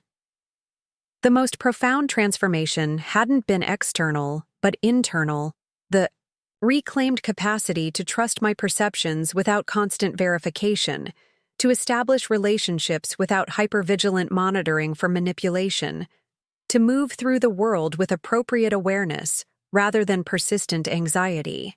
These changes hadn't occurred through simple passage of time, but through deliberate integration of experience, support from trauma-informed professionals, and creation of meaningful purpose from painful experience.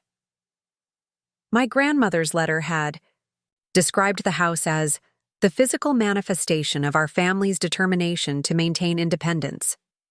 That physical space now embodied expanded purpose, not merely protecting individual women's independence, but building collective capacity to recognize and resist patterns of exploitation that persisted across generations. The judge's question, during Scott's sentencing hearing, echoed in memory. What outcome would represent justice from your perspective? At the time, I had focused on pragmatic consequences, financial restitution, professional penalties, criminal sanctions that might prevent him from targeting other vulnerable women.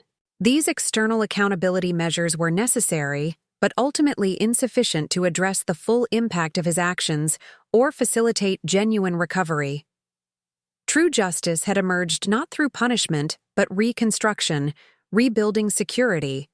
That exploitation had damaged, reclaiming narrative authority that manipulation had undermined, creating connection where isolation had been weaponized. The center's work embodied this constructive justice, transforming individual victimization into collective empowerment through knowledge sharing, resource development, and systemic advocacy. As I arrived at the center that morning, I was greeted by a group of law students participating in our clinical education program. Their eager engagement with complex cases, commitment to trauma-informed practice, and recognition of systemic patterns underlying individual exploitation represented hope for institutional change within legal systems that had historically enabled, rather than prevented, such abuses. "We're discussing the Parker case this morning," explained Taylor, the program coordinator, particularly the early warning signs that were dismissed by family members and initial legal counsel. The discussion that followed demonstrated how far our collective understanding had evolved. Students identifying subtle control tactics, isolation strategies, and financial manipulation techniques that might previously have been interpreted as relationship dynamics or legitimate concerns about aging relatives. They recognized patterns not through personal experience of victimization, but through systematic education about exploitation strategies. This generational transfer of knowledge, moving from individual trauma to institutional memory, represented perhaps the most significant transformation of all.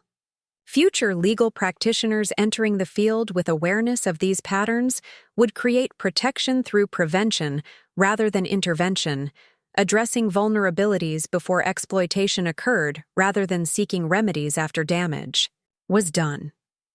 As the day proceeded through client consultations, program development meetings, and preparation for the upcoming legislative signing ceremony, I experienced moments of perspective that connected individual experiences across time, my own journey, my grandmother's resistance, my great-grandmother's determination, and now future generations equipped with knowledge hard-won through collective experience.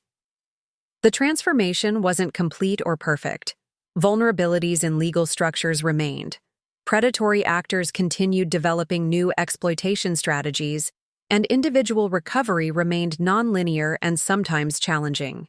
Yet something fundamental had shifted. Isolation had become connection. Exploitation had catalyzed protection. Individual trauma had generated collective response. That evening, reviewing preparations for the Sullivan Act signing ceremony, I came across a quote from the bill's legislative findings that captured this evolution concisely. Effective protection requires recognizing that vulnerability emerges not primarily from individual capacity limitations, but from system design that enables exploitation while impeding resistance. True security comes not through limiting autonomy, but by enhancing it through accessible resources, informed oversight, and community connection. These words, crafted collaboratively through testimony, research, and advocate experience, represented the essential learning from my personal journey transformed into public policy. The house my grandmother had protected now protected others through knowledge generated within its walls, creating security not through secrecy, but through shared understanding of both vulnerability and resilience. As night fell, I stood in the Center's garden, the space where Scott and I had once been married, now transformed into a peaceful area where clients and staff could find moments of reflection amid challenging work. The physical transformation of this space paralleled internal changes, not erasing difficult history, but incorporating it into a more expansive narrative that included both harm and healing, vulnerability and strength, individual experience, and collective purpose. The long-term transformation continued unfolding, not toward perfect resolution, but through ongoing engagement with complexities of protection, autonomy, and justice. Each case we addressed, each policy we influenced, each survivor who reclaimed security represented not a conclusion, but a continuation, extending patterns of resistance my female ancestors had established through their determination to maintain independence against systemic challenges to their autonomy and ownership. What Scott had failed to recognize, in his calculated attempts to establish control through undermining my competence, was that true capacity isn't demonstrated through invulnerability to manipulation, but through resilience in responding to it, the ability to recognize exploitation, access resources, and transform personal violation into protective knowledge that benefits others facing similar threats. This transformation, from isolated victim to connected advocate, from defensive protection to proactive prevention, represented not merely personal recovery, but contribution to generational resistance against persistent patterns of exploitation. The house remained standing, transformed but intact, continuing its essential purpose across changing times and circumstances, providing security not through walls alone, but through the knowledge, connection, and empowerment generated within them. 5 years to the day after Scott's failed attempt to have me declared incompetent, I stood at the podium in the state capitol rotunda, addressing an audience gathered for the National Conference on Property Rights and Protective Proceedings. As keynote speaker, I surveyed the diverse attendees, judges, legislators, advocates, and survivors whose collective efforts had transformed how our legal system approached questions of competency, property rights, and protection. The most dangerous aspect of predatory conservatorship isn't the immediate financial loss, I noted, making eye contact with various audience members. It's the systematic destruction of autonomy that occurs when someone's perceptions are repeatedly invalidated, when their resistance is pathologized, when their legitimate protective instincts are reframed as symptoms of instability.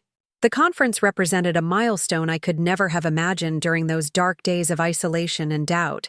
7 states had now adopted versions of the Sullivan Act, creating substantial legal protections against the exploitation tactics Scott and his associates had employed. More significantly, Judicial training programs had incorporated pattern recognition frameworks that helped courts distinguish between legitimate protective proceedings and predatory attempts to gain control of assets through manufactured concerns about capacity. As my presentation concluded, Judge Coleman joined me at the podium for the scheduled Q&A session. Now in her 70s, but still possessing the penetrating intelligence that had seen through Scott's manipulations years earlier, she had become a powerful advocate for judicial education regarding exploitation patterns. The most significant change isn't legislative but perceptual, she observed in response to a question about measuring progress. When I began on the bench 30 years ago, capacity was viewed primarily as a medical determination based on diagnosis. Today, we increasingly recognize that capacity exists within context, that someone's ability to function may be deliberately undermined through isolation, manipulation, and strategic use of authority. This shift in perspective, from viewing incapacity as inherent to recognizing how it could be manufactured through deliberate tactics, represented the core insight driving reform efforts across multiple systems. The center's research had documented hundreds of cases where individuals deemed incompetent through conservatorship proceedings demonstrated full capacity when removed from controlling relationships and provided appropriate support. After the conference concluded, I met privately with a small group of survivors whose cases had informed recent legislative initiatives. Among them was Caroline Foster, a retired physician whose daughter and son-in-law had nearly succeeded in establishing conservatorship based on manufactured concerns about memory issues, a scheme interrupted when Caroline's sister recognized patterns similar to those our educational materials had described. "Your grandmother's letter saved more than just you," Caroline noted, squeezing my hand warmly. "It created a lifeline that extends to people she never met, across generations." This perspective, seeing my grandmother's protective actions as extending beyond our family to create broader security, had transformed my relationship with both the traumatic experience and the inheritance that had precipitated it. What began as personal violation had evolved into collective protection, with each survivor's experience informing safeguards that benefited future potential targets. My personal life has evolved in unexpected ways as well. The bungalow near the nature preserve had become a true sanctuary, a space entirely my own, filled with elements chosen for current joy rather than historical significance or investment value. After years focused primarily on recovery and advocacy, I had gradually expanded my life to include new relationships, creative pursuits, and experiences unrelated to either trauma or response to it. Most significantly, I had developed a relationship with Jason Ramirez, Daniel's brother and a restoration ecologist whose work rehabilitating damaged natural systems paralleled my experience rebuilding security after exploitation. Our connection had evolved gradually from professional collaboration to friendship to deeper partnership characterized by mutual respect for boundaries, transparent communication, and shared commitment to creating security for vulnerable populations. His through environmental justice work, mine through addressing exploitation patterns. My mother's condition had continued its progressive course, with good days becoming increasingly rare. Yet even as her cognitive capacity diminished, her emotional connection remained strong. Recognition without recollection, feeling without detailed memory. During my weekly visits, we had developed patterns of interaction that honored her current experience rather than expecting consistency with past capacity. My mother taught me that protection takes different forms across changing circumstances. I explained to a young advocate who asked about maintaining resilience through long-term advocacy work. Sometimes it's a dramatic confrontation, like my grandmother's stand against developers. Sometimes it's quiet documentation, like my journals during Scott's manipulation. Sometimes it's simply bearing witness to someone's authentic experience when systems attempt to invalidate it. This perspective, that protection manifests differently across contexts but serves consistent purpose, has become central to both personal recovery and professional approach. The center's programs evolved continuously to address emerging exploitation patterns, contemporary vulnerabilities, and diverse experiences across different populations. Scott remained incarcerated, having been denied parole at his first hearing, due to failure to demonstrate genuine rehabilitation or accountability. The monitoring systems established after his conviction had identified 2 additional victims predating our relationship, women whose experiences with Scott under different aliases had never resulted in legal intervention, but who found validation. Through participation in the expanded investigation, his associates faced varied consequences. Dr. Wilson lost his medical license permanently and served 18 months for fraud before being released on probation. Bradford Wells, while avoiding criminal charges through cooperation, never practiced law again. The broader network of property investors whose development schemes had been facilitated through manipulated conservatorships faced ongoing civil litigation from multiple victims. These external accountability measures provided some satisfaction, but never constituted complete justice. Nothing could fully restore years lost to manipulation or repair the profound violation of trust Scott's deception had caused. True healing came not through punishment of perpetrators, but through reclamation of personal authority, reconstruction of security, and transformation of individual trauma into collective protection. One notable absence from the conference was Thomas Wells, whose campaign of blame and harassment had eventually resulted in restraining orders when his communications escalated from verbal accusations to implied threats. His persistent attribution of his father's downfall to vindictive allegations, rather than documented unethical conduct, represented the stubborn persistence of narratives that prioritized protection of exploitative systems over accountability for harm caused. These resistant narratives remained among the most significant challenges to reform efforts. Cultural and institutional frameworks that interpreted women's resistance to exploitation as emotional overreaction, that privileged professional credentials over lived experience, that valued property management over personal autonomy when conflicts arose between them. Yet significant progress had undeniably occurred, measured not merely through legislative changes, but through transformed institutional practices. The judicial education programs Judge Coleman spearheaded had trained hundreds of judges to recognize manipulation tactics in conservatorship petitions. Medical review boards had established enhanced oversight procedures for capacity evaluations, particularly those initiated by parties who stood to gain financially from findings of incapacity. Law school curricula increasingly included examination of how ostensibly protective legal mechanisms could be weaponized against vulnerable populations. Most meaningfully, survivors increasingly found validation rather than skepticism when reporting exploitation attempts, creating intervention possibilities before significant damage occurred.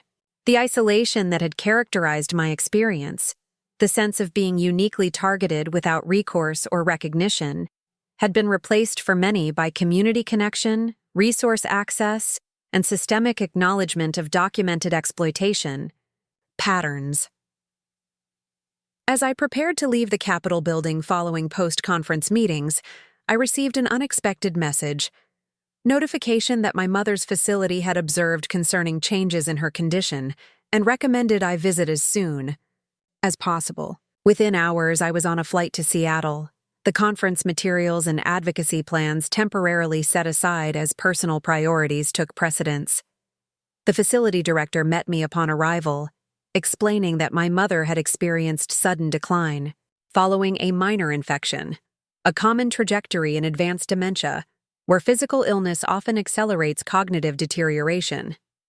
She remained comfortable but increasingly unresponsive, likely approaching life's final transition. I spent 3 days at her bedside, sometimes reading aloud from books she had loved, sometimes sitting in companionable silence, sometimes sharing one-sided conversations about the center's work and the changes occurring in protective proceedings. Though she rarely responded verbally, subtle changes in expression suggested continued awareness of my presence even as other connections faded. On the third evening, during a rare period of clarity, she opened her eyes and focused directly on mine with unexpected lucidity. "The house knows," she said distinctly. "It remembers all of us. Eleanor, Josephine, you." "Yes, Mom," I responded gently. "And you. The house remembers you too." She nodded slightly, seeming satisfied with this acknowledgement. "Different battles, same war," she murmured, before slipping back into peaceful unresponsiveness. She passed peacefully during the night, transitioning from this life with the same dignity she had maintained throughout her medical career and subsequent illness. The grief was profound, but uncomplicated by regret or unfinished business. We had maintained a connection adapted to her changing capacity, neither denying decline nor reducing her to her limitations. In the months that followed, I incorporated her medical papers and personal journals into the center's archives, ensuring her experiences and insights joined the generational wisdom informing ongoing protection efforts. 1 year after her passing, the center launched the Beth Richardson Medical Advocacy Program, providing specialized support for individuals navigating healthcare systems while experiencing challenges to their perceived competence or decision-making authority. The program embodied her professional commitment to patient autonomy while addressing contemporary vulnerabilities created by increasingly complex medical systems. This integration of personal loss into continuing advocacy work represented the essence of transformation, not compartmentalizing grief or professional purpose, but allowing each to inform and enrich the other, creating meaning that honored both individual experience and collective needs. Looking back across the journey from isolated target to connected advocate, from defensive protection to proactive prevention, I recognized that true security wasn't found in physical structures or legal protections alone, though both remained essential. It emerged from narrative reclamation, the ability to define experiences authentically, rather than accepting others' interpretations, particularly when those interpretations served external agendas. Scott had attempted to write a story in which my competence diminished while his authority expanded, in which my family legacy became his rightful acquisition, in which my resistance represented symptoms rather than legitimate self-protection. The fundamental failure of his scheme wasn't merely legal or financial, but narrative. His story collapsed when confronted with documented reality, judicial scrutiny, and persistent refusal to accept the role he had constructed. The house still stood, transformed but intact, continuing its generational purpose of providing security and independence. But the most enduring protection came from lessons learned through resistance. That manipulation requires participation, that isolation facilitates control, that documentation provides power, and most importantly, that autonomy remains contested, territory requiring vigilant defense across changing circumstances. Different battles, same war. My mother's final lucid observation captured the essential continuity across generations of women protecting independence against evolving threats. The specific tactics changed with societal and legal contexts, but the underlying patterns of attempted control and resistance to it remained recognizable across time. The Richardson Women's Property Rights Center embodied this continuity, honoring historical patterns of resistance while addressing contemporary manifestations of persistent challenges. The hidden room that once concealed defensive documentation now openly housed educational resources. The home that once sheltered a single family now served a diverse community. The protection once achieved through secrecy now functioned through transparent knowledge sharing and systemic reform. As I completed the memorial garden dedicated to my mother on the center's grounds, I reflected on the transformative journey from vulnerable isolation to connected strength, from individual trauma to collective resilience. The garden incorporated elements representing 4 generations of Richardson women: plants from my great-grandmother's original landscape design, stonework reflecting my grandmother's aesthetic preferences, medical herbs acknowledging my mother's healing work, and contemporary native species restoration, representing my own journey toward integrated wholeness.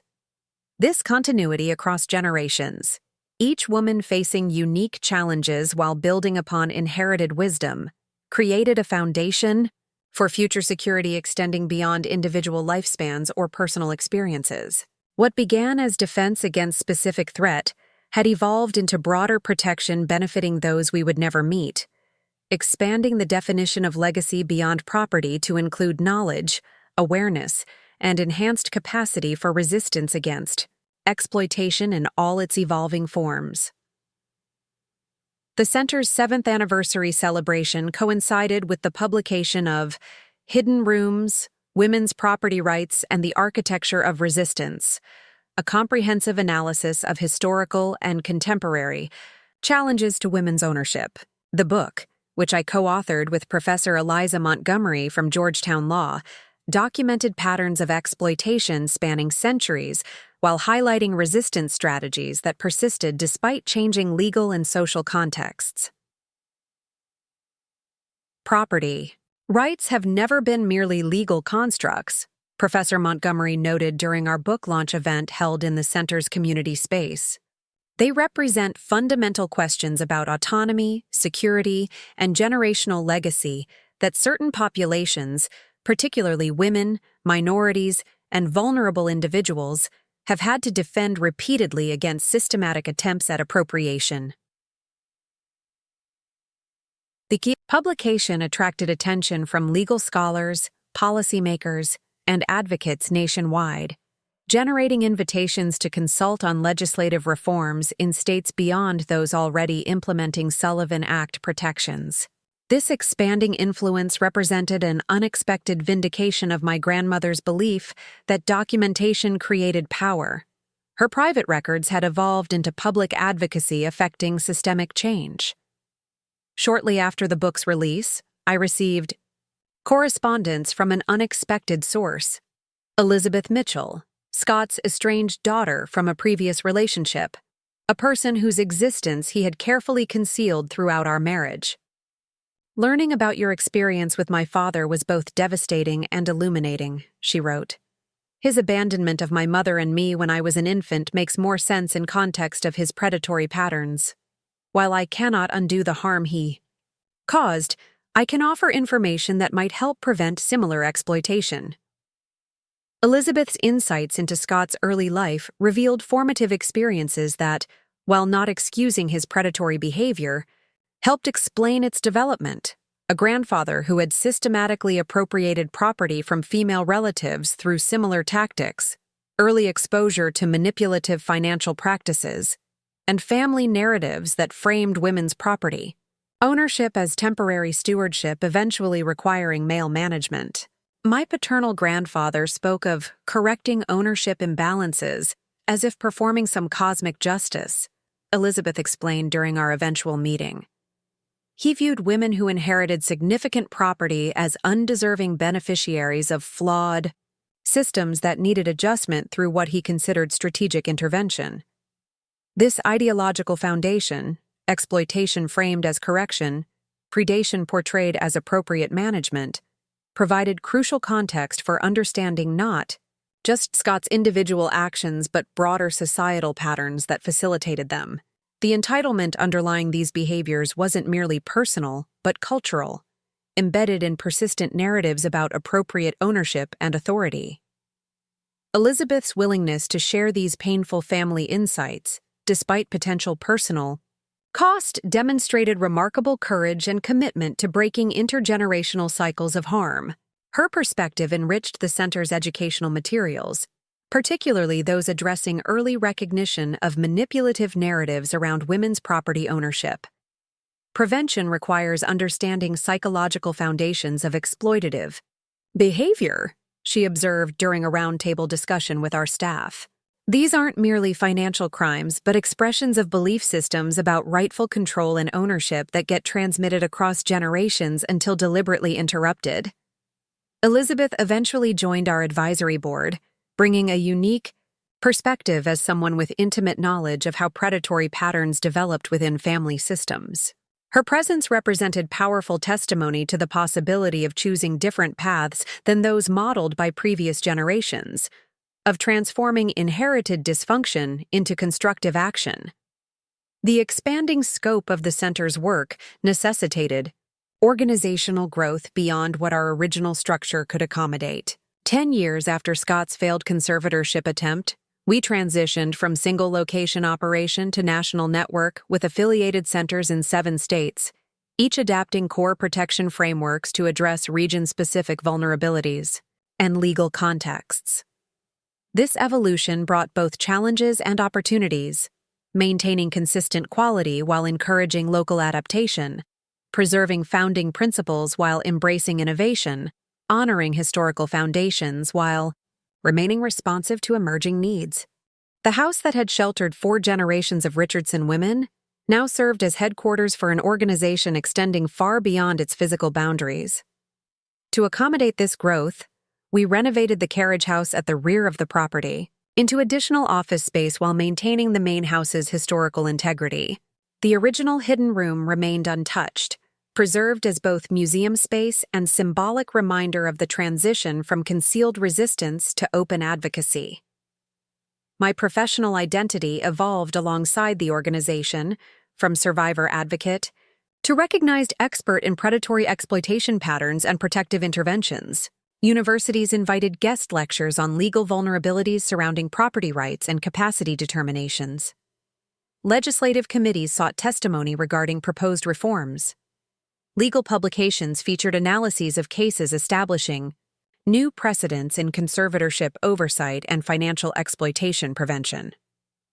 This transition from personal trauma to professional expertise represented significant healing, the ability to engage with difficult material from an integrated perspective that acknowledged past violations without being defined by it. Dr. Rivera described this evolution as post-traumatic wisdom, not merely surviving traumatic experience, but developing enhanced discernment through processing it consciously. Your ability to distinguish between appropriate protection and hypervigilance, between necessary documentation and compulsive recording, between justified caution and isolating fear, these represent sophisticated discernment that emerges from integration rather than compartmentalization, she observed during our final formal session before transitioning to occasional consultation. The relationship with Jason deepened gradually, characterized by mutual respect for boundaries and shared commitment to creating security for vulnerable populations. Our connection differed fundamentally from my experience with Scott, based on transparent communication, equal partnership, and recognition of each other's autonomy and independent pursuits. When Jason proposed creating a life together, the conversation centered on maintaining individual strengths while building a shared foundation. "I don't want to merge identities or blend lives completely," he said thoughtfully. "Your independent self is exactly who I cherish, someone who knows her boundaries and honors her purpose."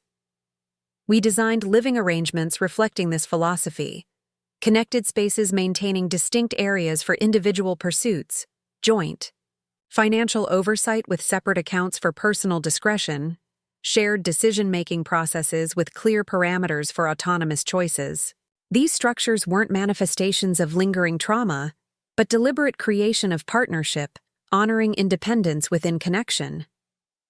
The wedding, held in the center's garden exactly 12 years after Scott's conservatorship hearing, symbolized this balanced approach, intimate rather than expansive, meaningful without being excessive, honoring history without being constrained by it.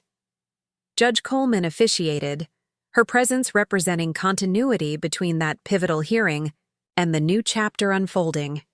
"It seems appropriate that the same legal authority who recognized your competence then should witness your chosen commitment now," she noted during the ceremony. Both represent exercises of autonomy and discernment, the foundation of true capacity in any context.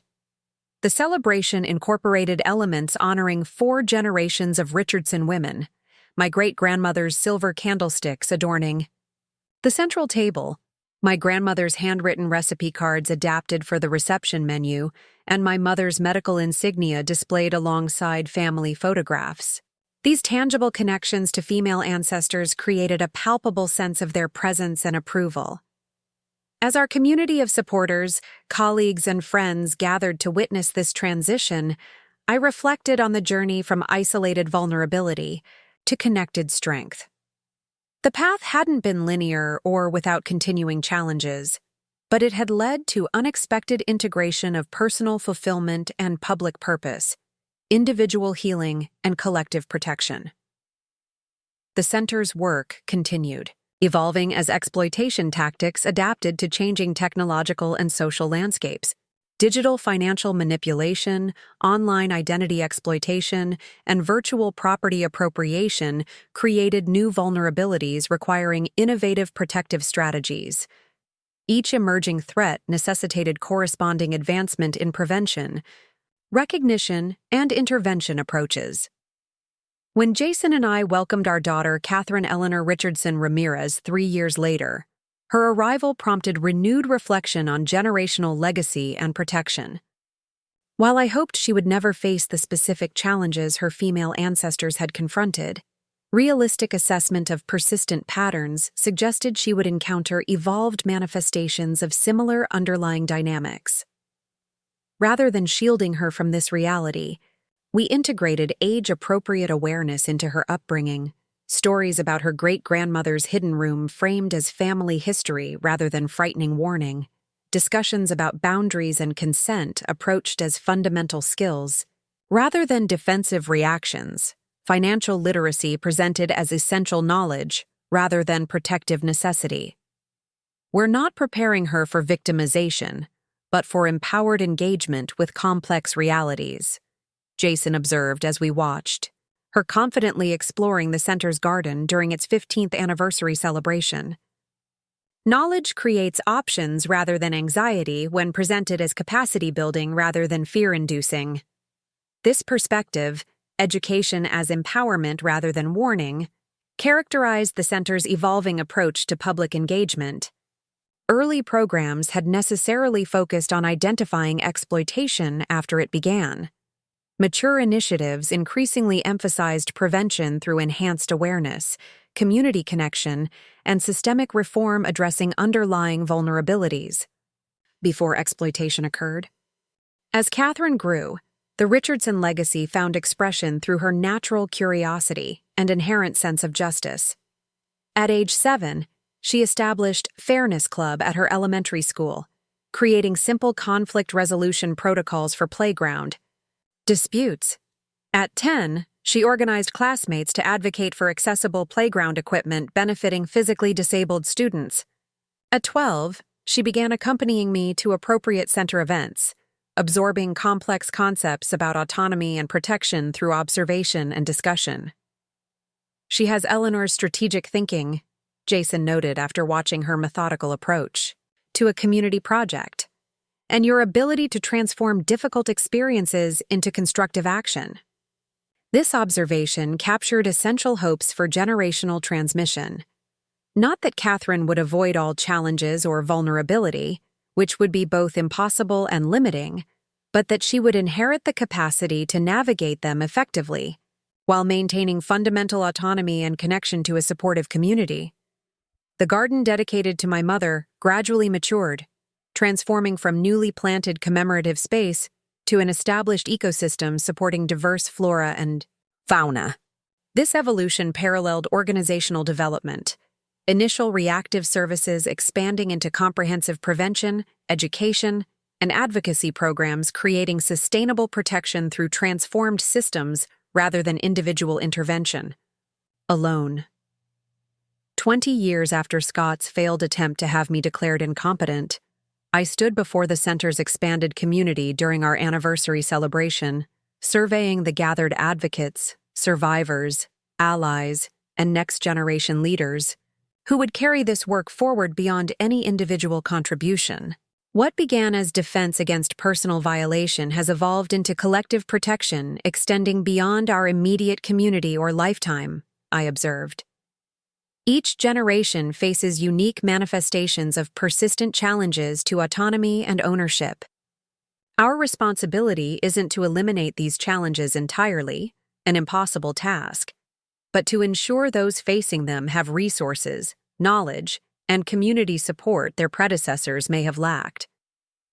As twilight descended on the garden, illumination came from lanterns crafted by local artisans, each containing quotes from women across centuries, documenting resistance to appropriation of their property, autonomy, and self-determination.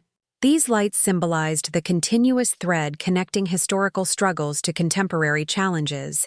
Illumination passed between generations, wisdom transmitted through shared experience despite changing contexts. Catherine moved through the gathering confidently, engaging with participants whose experiences and insights would shape her understanding of both vulnerability and resistance.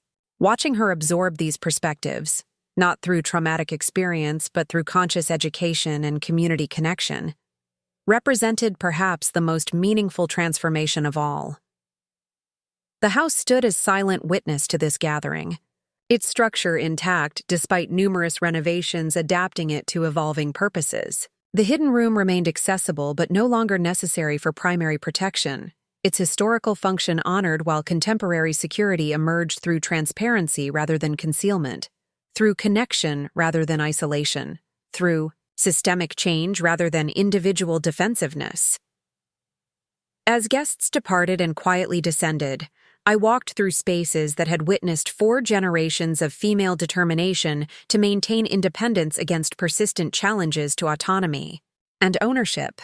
Each room held layered memories: my great-grandmother's initial acquisition despite legal barriers to women's property ownership, my grandmother's resistance to development pressure, my mother's brief but meaningful residence, my own journey, from manipulation to reclamation, and now, Catherine's inheritance of both physical space and intangible wisdom about maintaining autonomy within connecting relationships.